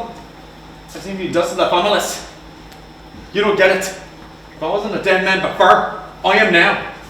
It's only a matter of time, and Tom would be sure that I die screaming. Please put down the knife, Mr. Greena. He's gonna kill Lizzie too, you know. But first, he's gonna kill you. No, Mr. Greena! You shot me! You were going to do work yourself. Bloody vile woman! You go find Mrs. Chapman. I've got this. What if he says you shot him? I'll tell them. He came at us with a knife. You go find Mrs. Chapman. I'll be right behind. I'll take him to the Royal Free. Come on, you. Hey! What's the shot?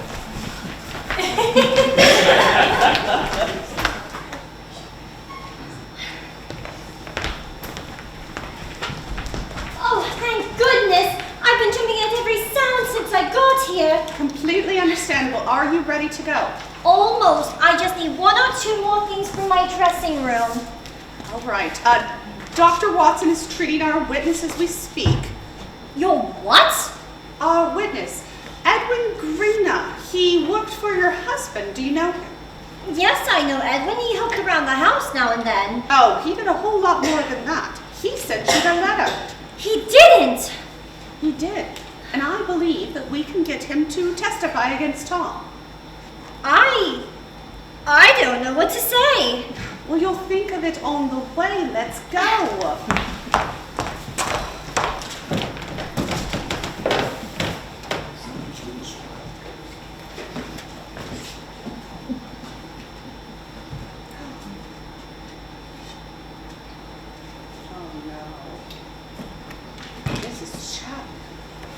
Mrs. Chapman!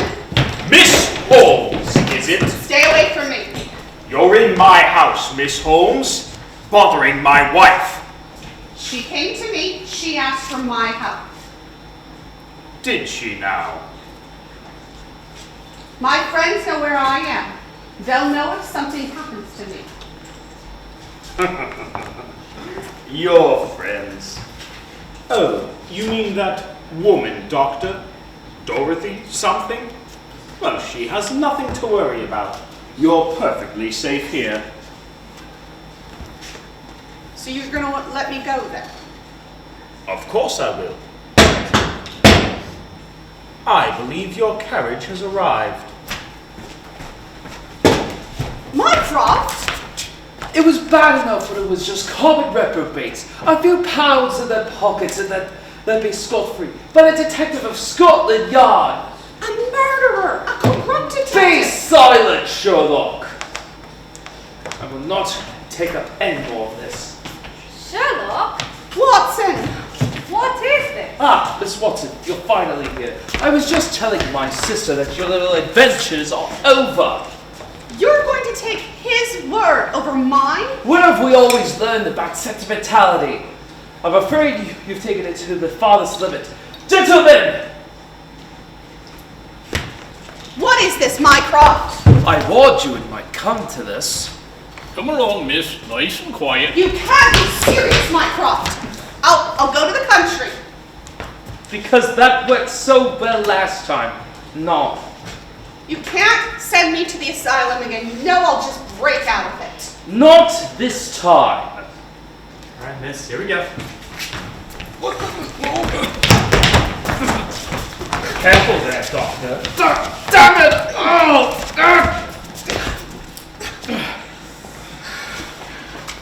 Sherlock? Shoes. What was that? Lovely shoes. Shoes? What shoes? Watson. Right then, off we go.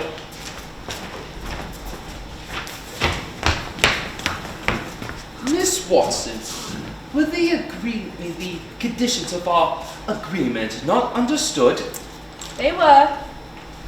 Then why? Why this? You instructed me to act as Sherlock's common sense. Those were my words, yes. But you decided to just go along with these little adventures. You really thought you were just her companion and not my employee. Well then, your residence at 221B Baker Street is gone. Anything to say? Would it matter if I did? Certainly not. Where did they take her? They're taken to Bethlehem Hospital, where the most modern medicines will be used on her. You'd make her the subject of a laboratory experiment. That would destroy her. I have been assured that these tests will not be harmful. Not for her body, perhaps, but her mind. Isn't that the point? Miss Watson, I don't think you quite understand what's going on. I suggest that you leave here and forget that you ever met Sherlock Holmes. I would hate for you to put your medical license in jeopardy. May I ask one question? What? How did you know what we were doing? How did you know where we were? How else would I know? Inspector Chapman told me. He did? How on earth would he have found her? Well, I'd only assume it's because he's a great detective. Now, leave Miss Watson. Dr. Watson. It's Dr. Watson.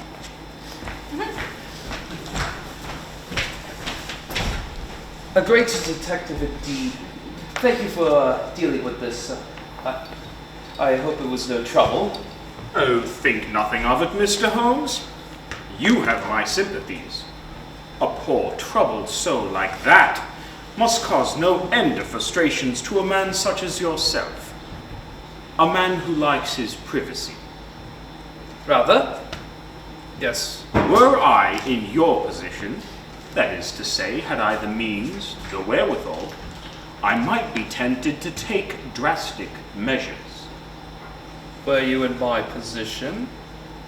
Because I valued my privacy, as it were. Just something to think about, Mr. Holmes. Very well. I'll consider it. Good night, Mr. Chapman.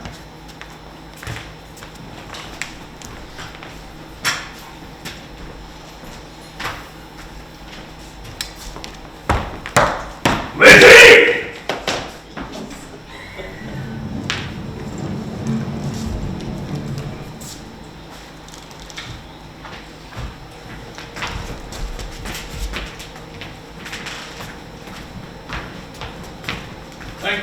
Leave us.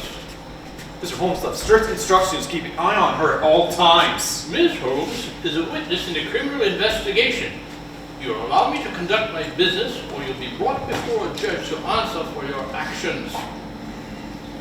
5 minutes. Ms. Holmes, can you hear me? I'm sorry it took me a few days to get in here. Are they treating you all right? Bastards. Hello, Inspector. Are you unwell, Inspector? You seem to be showing some strange physiological symptoms. Your eyes are dilated. Your skin is flushed. Your breathing is elevated. Are you unwell? Watson, what's wrong with him? Dr. Watson isn't here, Miss Holmes. I'm sorry. You're not what they would call a particularly good-looking man, are you? Well, I'm just asking for a friend. what have they given you? Thoughts are like swimming through treacle. I honestly don't know if that's good or bad. Watson? Where is she? Where is Watson? She's all right. She's been overseeing the care of Edwin Greena, who's recovering from a gunshot wound. You wouldn't happen to know anything about that, would you? Clean. Sorry? Clean as a whistle. Are whistles particularly clean? I haven't really thought about it. This requires further investigation. I don't like seeing you like this, Miss Holmes, but I think the best way to sway your brother from this course is to discredit Inspector Chapman. It's a good plan. But I need your help. I'm afraid a jury won't find Edwin Greena all that reliable. His testimony alone won't be enough. We still can't prove that Chapman was there when Catherine died, and we still don't know what happened with Eudora Featherstone. He's too clever. William Hamilton. Who? He fired a shot at the Queen, sent to Australia. We were both small children when that happened. What makes you think of it? There was a woman. She wrote him letters when he was in prison. Her name was Irish something. She wanted to marry him. Oh, did she? No, Australia. Right. She knew he was a criminal, but she loved him anyways. Don't think I understand. You need to tell her. Tell her what? Awful book. Awful. What book, Miss Holmes? D.W. Graham. Dorothy Watson Graham, you need to tell her. I'm sorry, Sherlock. I don't understand. Idiot. Not the worst thing I Not you, me. Time's up. She's due for another round of treatment. Just one more minute. I'm afraid not. Did you just attempt to manhandle a police officer? My apologies, sir. We have special instructions on this one. You will treat her with respect, or I will know why. You want to know why? Ask Mr. Holmes. Inspector, it's all right. Miss Holmes, It makes sense, you know. A man like that, he'd want things to be clean. I'd like to go now. Yeah, miss.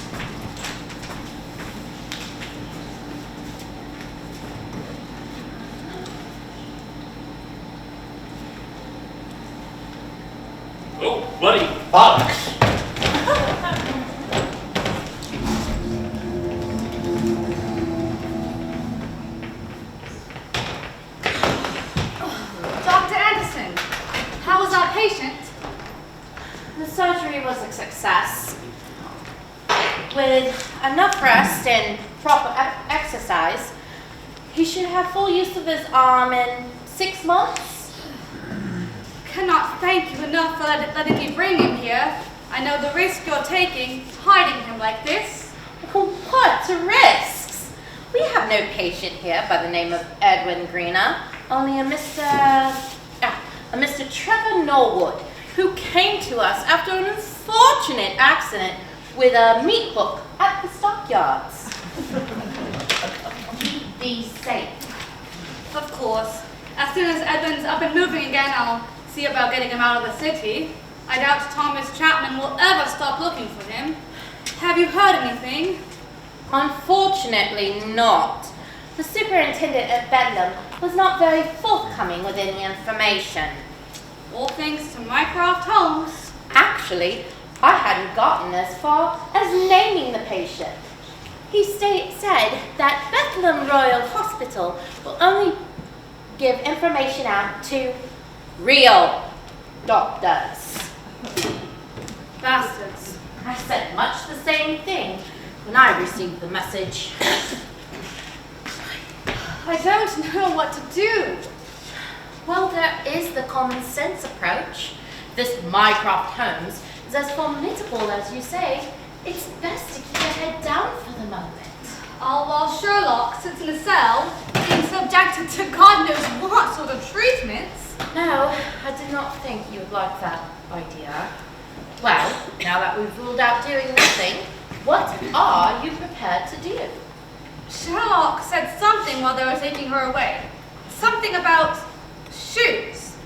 Well, what did she mean by that?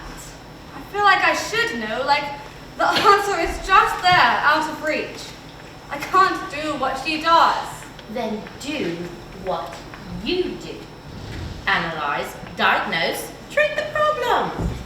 Analyze, diagnose, treat the problem. You know, I followed you Edinburgh ladies with a lot of interest. I do believe it was your first year when the papers made a little passing about a certain little row. Little row. Right. You mean Surgeon's Hall.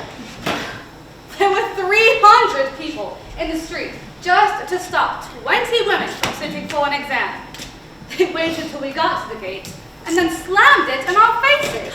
No. They shouted horrible names, pelting us with refuse. Finally, one of the staff let us in through the side gate. We got in, we took the bloody exam, sitting there covered in filth. The noise of the crowd outside the whole time. The Surgeon's Hall riot, they called it. I had never been so angry. And there it is.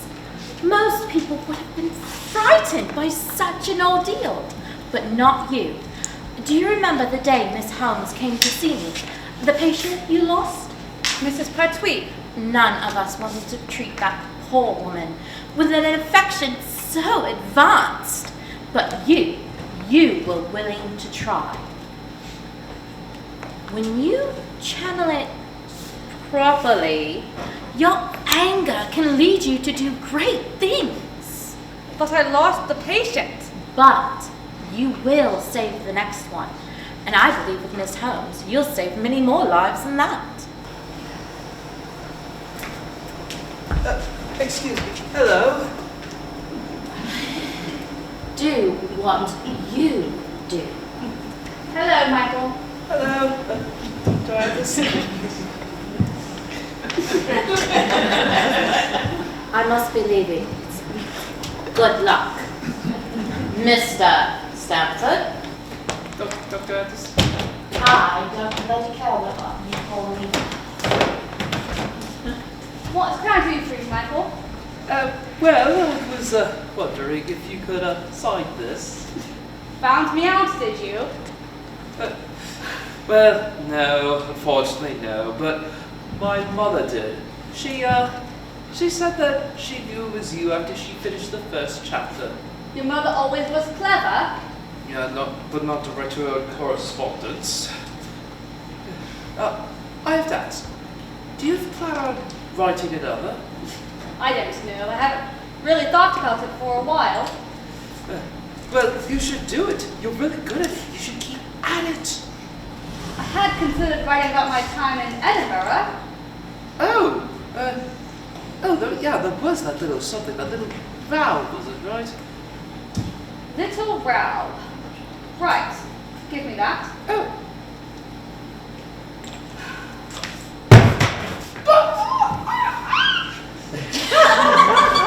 Why did you do that? Because 2 weeks ago, I saw you here reading that very book, and when I asked you what you thought of it, you called it rather silly stuff. If you'd met the author for the first time today, you wouldn't have given it a second thought. So no, Michael, I will not sign the bloody book for you. If you want it so badly, just take it out of the trash. Dr. Watson, have I come at a bad time? I believe you've come in a bad century. Oh, Inspector Lestrade, this is Dr. Michael Stamford, Dr. Stamford, Inspector Lestrade of Scotland Yard. Lestrade, was it right? I don't mean to be rude, but I really must speak to you alone, Dr. Watson. Michael, would you mind waiting outside for me just for a moment? Really? It'll just be a minute. Thank you. All right.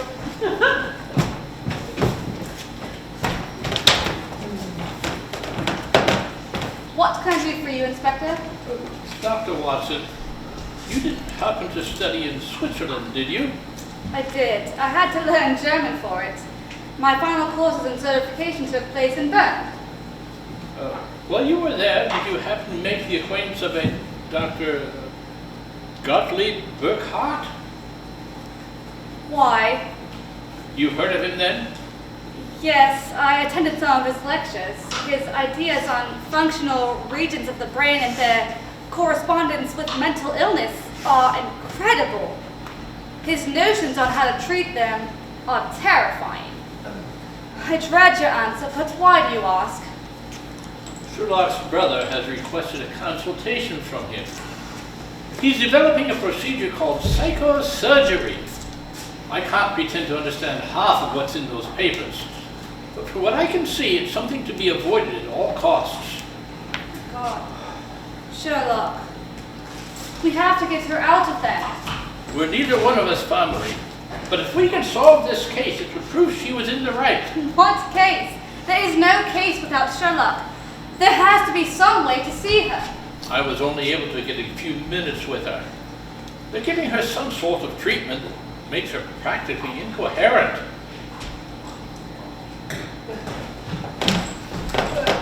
Excuse me, I bought a cab waiting and... What? I have an idea, but we'll have to hurry. We can discuss it in the cab. I'd probably better be leaving then. Are you not coming with us? Miss Watson, I'm a police officer. The less I know about whatever you are thinking, the better. Besides, if you're successful, things will start to happen very quickly. I think the best thing for me to do is find out where Inspector Chapman is and don't let him out of my sight. How's Edwin Greener? He'll keep his arm. Can you keep him safe? I'm doing all I can. He's our only witness at this point. I'd find more protection for him, but honestly, I don't have that many friends at Scotland Yard. I don't know whom I can trust. What about Elizabeth Chapman? There's been no sign of her, but her husband hasn't reported her missing. It's too soon yet for anyone else to do so. Bloody hell. We both should hurry. Be careful, Inspector. You too, Dr. Watson. Good luck.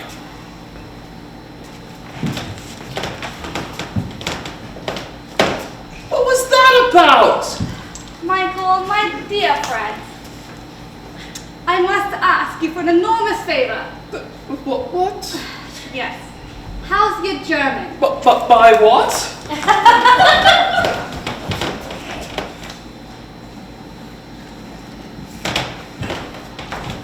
Oh yeah, that's great. Zero. Shoot.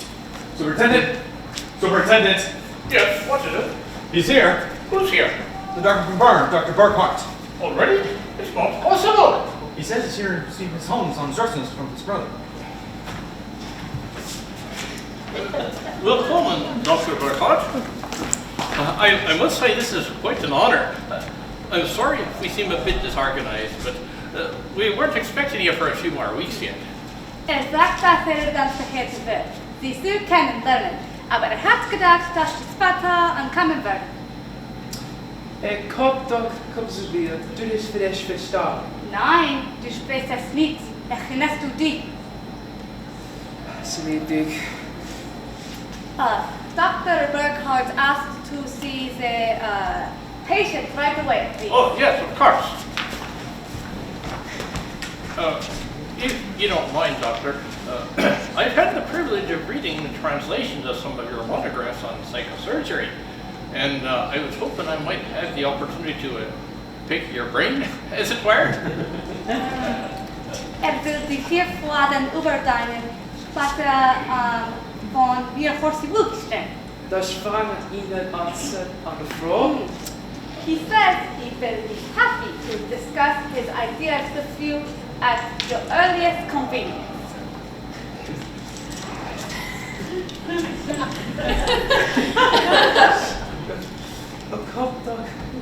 But he wishes to conduct his preliminary interview with the patient first. He will be at your disposal afterward. Selig. Spiel mit, alles wird gut.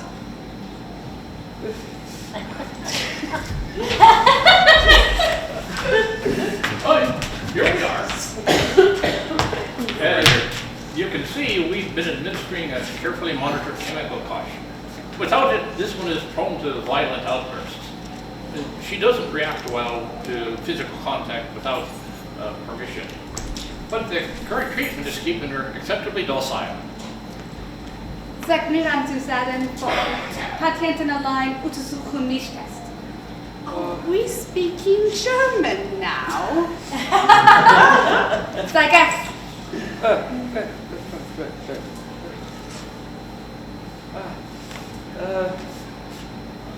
Du darfst, ich verstehe, ich vergaß es dann. Dr. Burkhardt will examine the patient in private.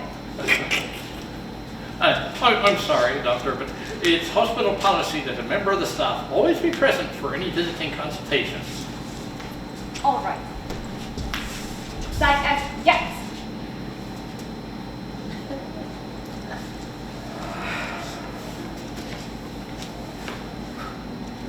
Oh, kommt doch, komm zu mir, du bist verstanden. Selig dich. Nein. No, I assure you. So, you make no offense. By all means, use my office. I'll just make my rounds and we Raus! wait. Raus!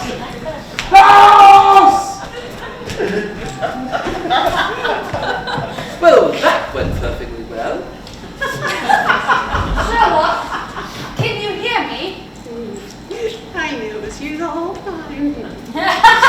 Sherlock, we have to keep moving. Can you walk? I'll go check if they're still here. Who is your friend?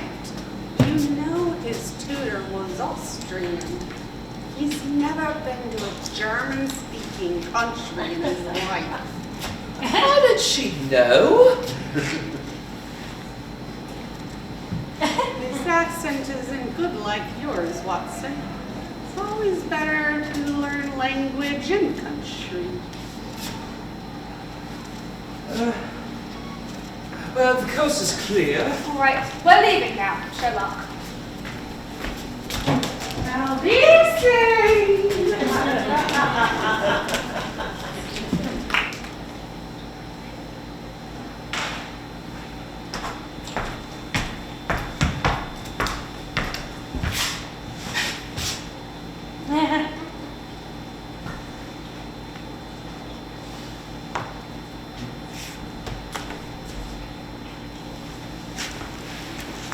Oh, watch it! 1,000 pardons, sir.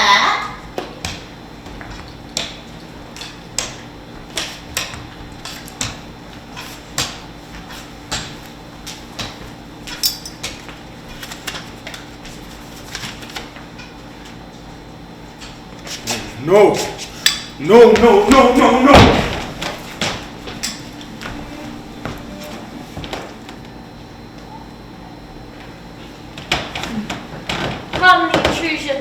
Greener, we need to make use of your room. Then Miss Holmes, is she all right? I don't get it. We broke her out of one hospital just to bring her to another. I couldn't very well take her back to Baker Street, and I don't know of any other safe places to go in the city. It's not safe here. They're going to realize it was you. And this is going to be the first place they look. We don't have to stay long.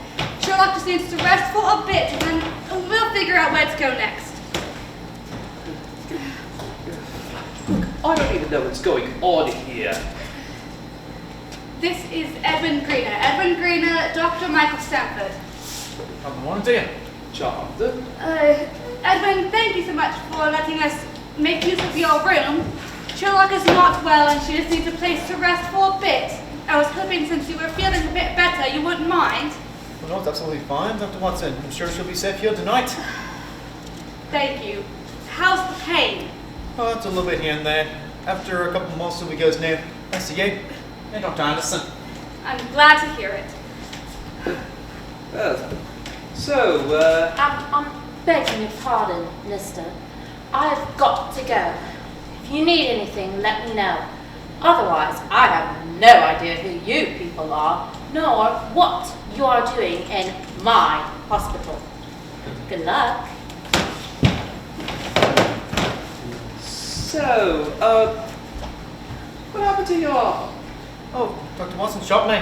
Oh, okay. She what? She shot me right in the shoulder. Tell you, it's quite the eye-opening experience. Don't mind me telling you.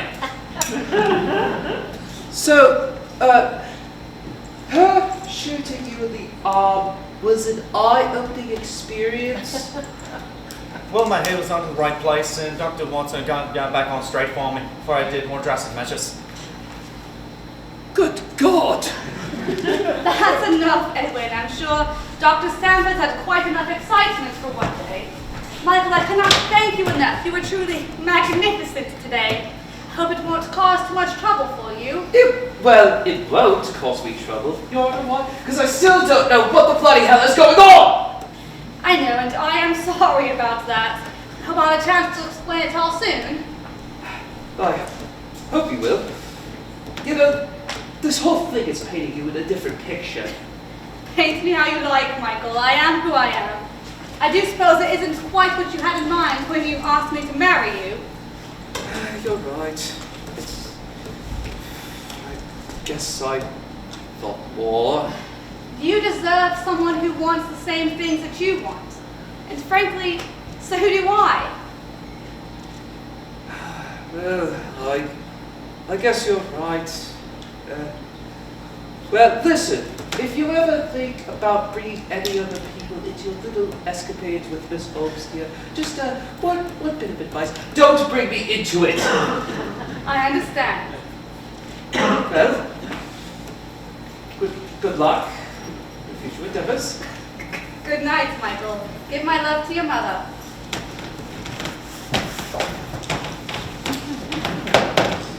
Well, that was awkward. So you'll be taking the room then? Sherlock, how do you feel? Really, really awful. Are my hands under bags of sand? It's just the sedative they gave you. It'll wear off soon, but you will feel dreadful for a while after. Where are we? We're at the Royal Free Hospital. Mr. Greener has been convalescing here under an assumed name and was feeling a bit better, so was willing to share the room for a bit. Thank you for your hospitality, Mr. Greener. Of course, Miss Holmes. Anything that you need. How on earth did we get here? Dr. Stanford and I broke you out. Something about really bad German. How could you take such a risk like that? Inspector Lestrade showed me your file. I know what it means to receive a consultation from Dr. Gottlieb Burkhardt, and I couldn't very well let a thing like that happen to my friend. Your friend? Oh. Were Weren't you worried you would be recognized? Not really. When they took you away, there was a lot of excitement, too much for anyone to get a good look at me, and when we broke you out, I pretended to be a nurse. Nobody notices female nurses. Lovely, Watson. So clever. We need to keep moving. We don't have much time. That sounds like an awful idea. Sorry. Must I remind you we have both your brother and Thomas Chapman looking for us, and frankly, I don't know which one scares me more. Mycroft is infinitely more terrifying. Thomas Chapman can arrange for you to be murdered. Mycroft can fix it so that you were never born. Right. Well, neither option sounds particularly appealing. Nonetheless, that is what we have to deal with unless we end this tonight. How do you suppose we do that? By letting the world know where Mr. Edwin Greener is at Royal Free Hospital. Are you proposing we use Edwin as bait? That's exactly what I'm saying. Sherlock, he trusts us. You could not ask him to risk his life for us like this. I assure you, it's fine with me. You don't have to do this, Edwin. I have a lot of atoning to do. I might as well start doing it now. Mr. Greener will be perfectly safe. Watson, I need you to go talk to a Sarah Price. She's a housekeeper in Paddington. Get her the message. Someone from your knitting circle? Yes. She'll know what to do. She'll get the word out about Mr. Greener. Just tell her it came from me. Do we know where Inspector Lestrade is? He's out looking for Thomas Chapman. Find him if you can. We'll need him eventually. And what will you do? Mr. Greener and I will be safe here, waiting for you to return. Neither of you are in any condition for a confrontation. Nonetheless, here we will wait. Be quick and be careful.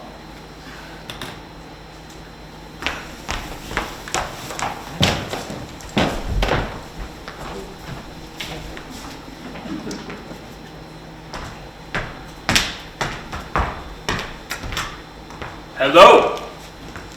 Are you here? I got your message. I came as soon as I could. What? Look, there's nothing to worry about.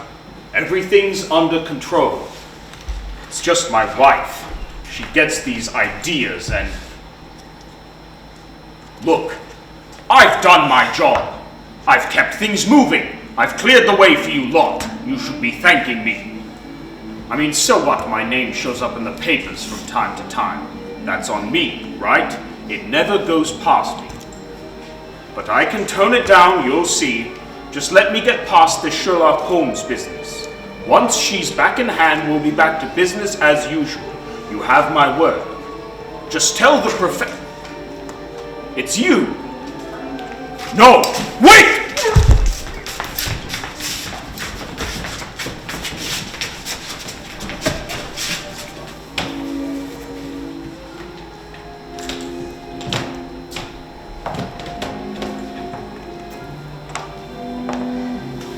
Hello, Mrs. Chapman.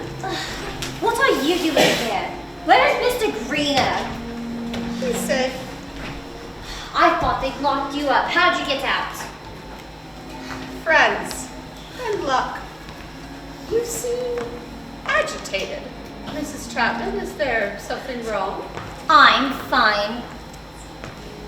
Are you? And where is your husband? I don't know. You tell me. No. I haven't seen him since this morning. It's not like him. You tell me where he is.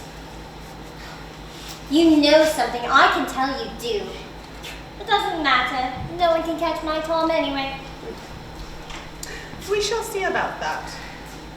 Tell me, Mrs. Chapman, what brings you here this evening? Suit yourself. I believe I know all the relevant facts, but I was hoping that you could fill in some details. Why should I tell you anything?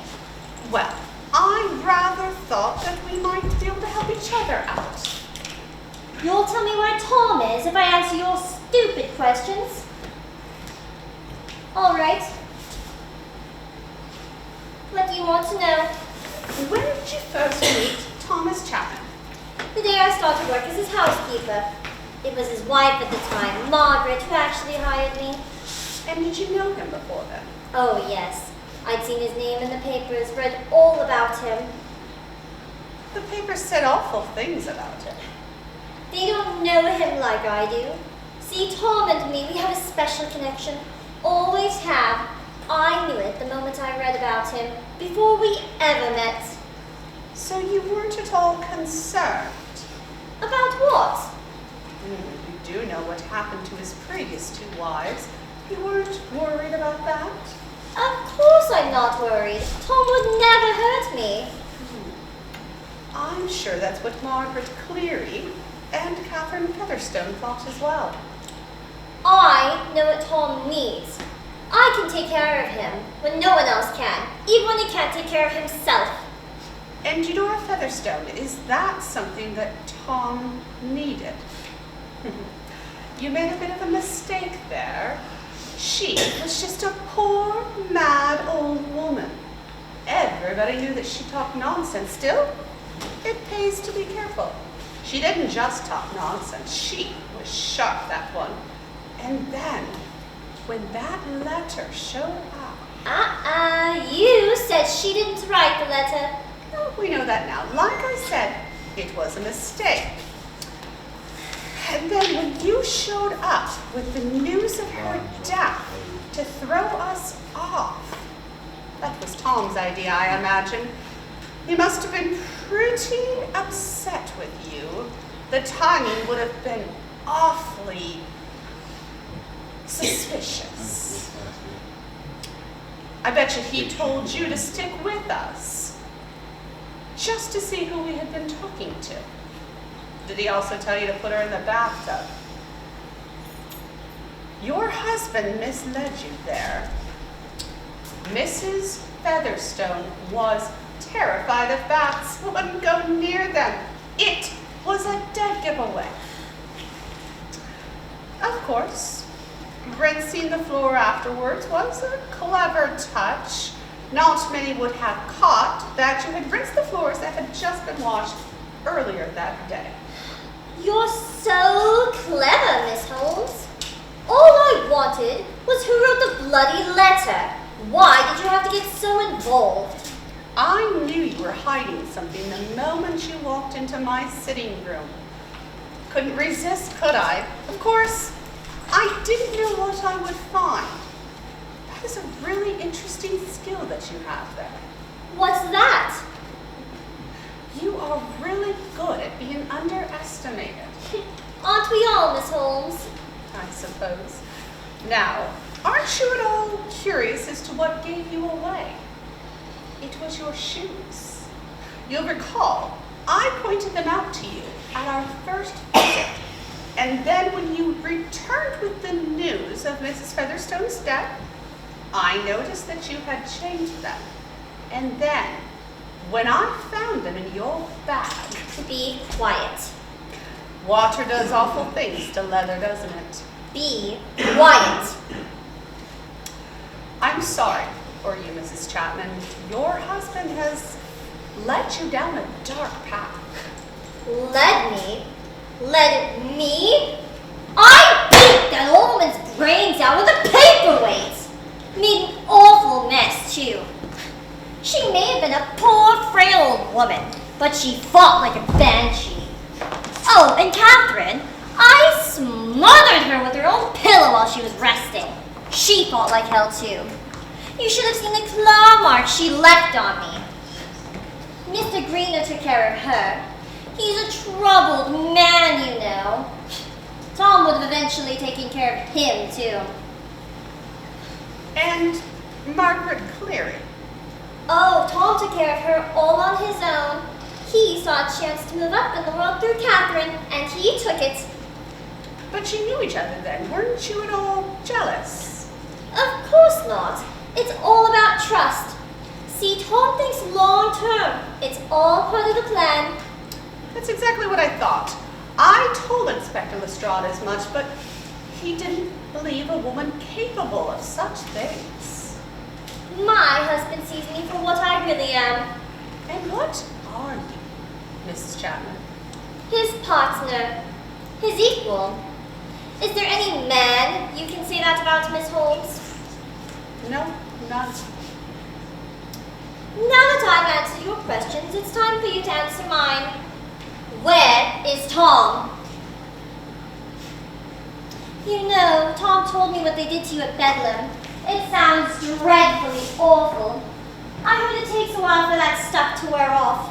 You must be feeling pretty rough right now. I was worried I wouldn't have enough for Mr. Greener, but I have more than enough here for you.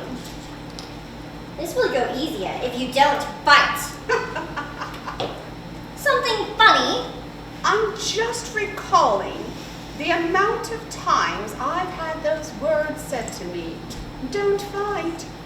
Tell me, Mrs. Chapman, do I look like a woman who has ever heeded such advice? Drop it, Mrs. Chapman. Watson, I told you to wait for the signal. Sounds like she'd already confessed. What else were you waiting for? A more dramatic. Never mind. Right. Inspector Lestrade, did you get what you needed? Yes, rather. Elizabeth Chapman, I'm placing you under arrest. Are you sure you want to go through with this, Inspector? My husband's just been waiting for a reason to come after you two! Not this time, I'm afraid. Mrs. Chapman, it is my sad duty to inform you that your husband's body was found shortly after sunset this evening. He's lying! You're lying! He's lying, isn't he, Miss Holmes? I'm sorry for your loss, Mrs. Chapman. Come along, Mrs. Chapman. Good evening, Dr. Watson. Miss Holmes. Good night, Inspector. Goodbye, Mrs. Chapman. No! Nothing could ever happen to my Tom! It isn't true! It isn't true! That poor woman. Are you all right, Sherlock? I feel like I'm getting back to my normal self. Shall we head back to Baker Street? Are you sure it's safe? What about your brother? With you by my side, Watson, there is nothing I cannot face. Should we go face Mycroft together? All right. Let's go then.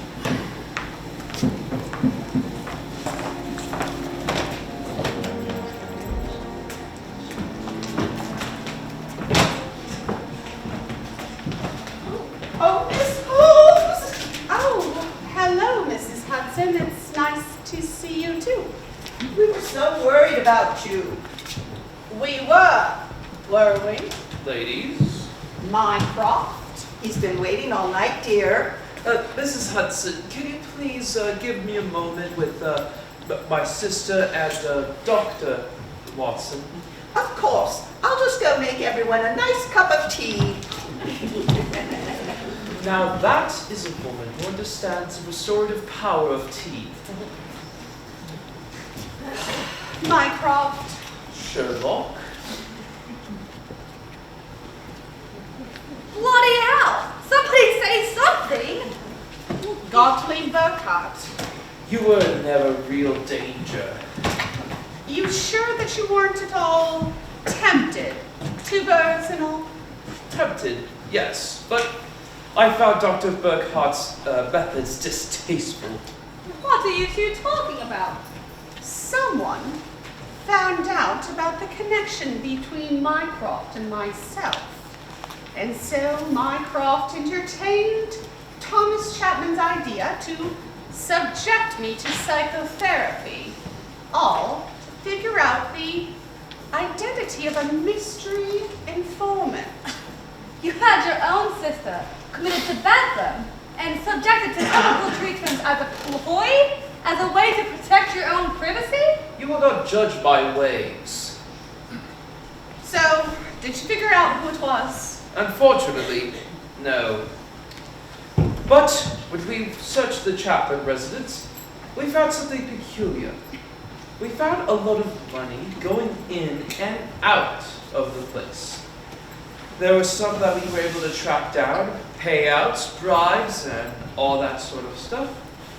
But then we figured out that there was a certain party that was getting more money than most. So, Thomas Chapman was paying someone higher up? Did you figure out who? No, I don't know who they are. Thomas Chapman's organization was part of a larger organization run by an individual or individuals who knew all about you, but of whom you knew nothing about? Extraordinary! Well, Sherlock, you have to understand. How many times have I said, I don't know, while I'm working for the Crown? Never. Then I'm glad you understand the gravity of this situation. And Thomas Chapman? Found dead, hung up at Blackhawk Bridge. He hanged himself? No, it's certainly not a suicide. I must be going. Now, hold on, Mycroft. There is the matter of your apology. My apology? Mycroft, you owe me one. You don't know how hard it is. Just reset up your arrangement with Dr. Watson. She can be my trusted confidant and your trusted informant. After her little German ruse? You owe me, Mycroft. Past. Fine, I'll have it arranged. Same time tomorrow? Yes, same time. We do dinner and chess every Sunday. That sounds surprisingly normal. Well, good night, you two. Especially you, Dr. Watson. Sherlock, what on earth was that? That was just another move in the great game we play. You're not going to forgive him, are you? Just like that? No, not just like that. But Mycroft and I, we have rules about sentimentality.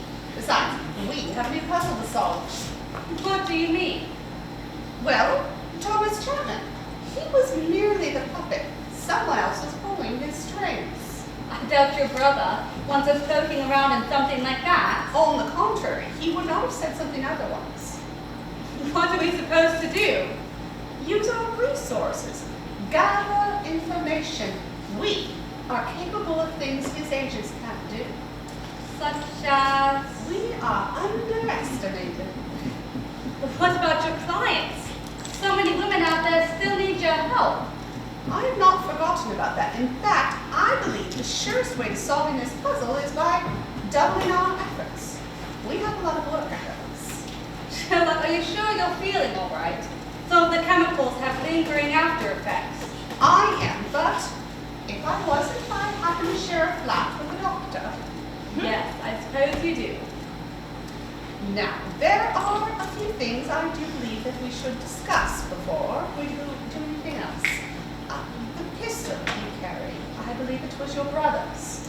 It was his service revolver. I started carrying it with me after some rather unpleasant experiences in Edinburgh.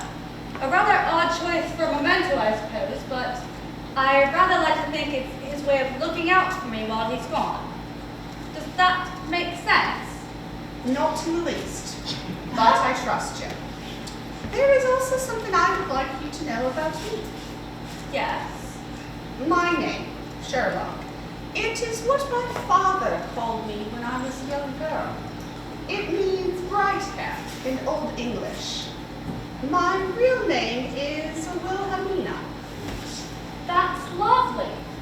I'm glad you think so. Please never use it. Of course. Sherlock.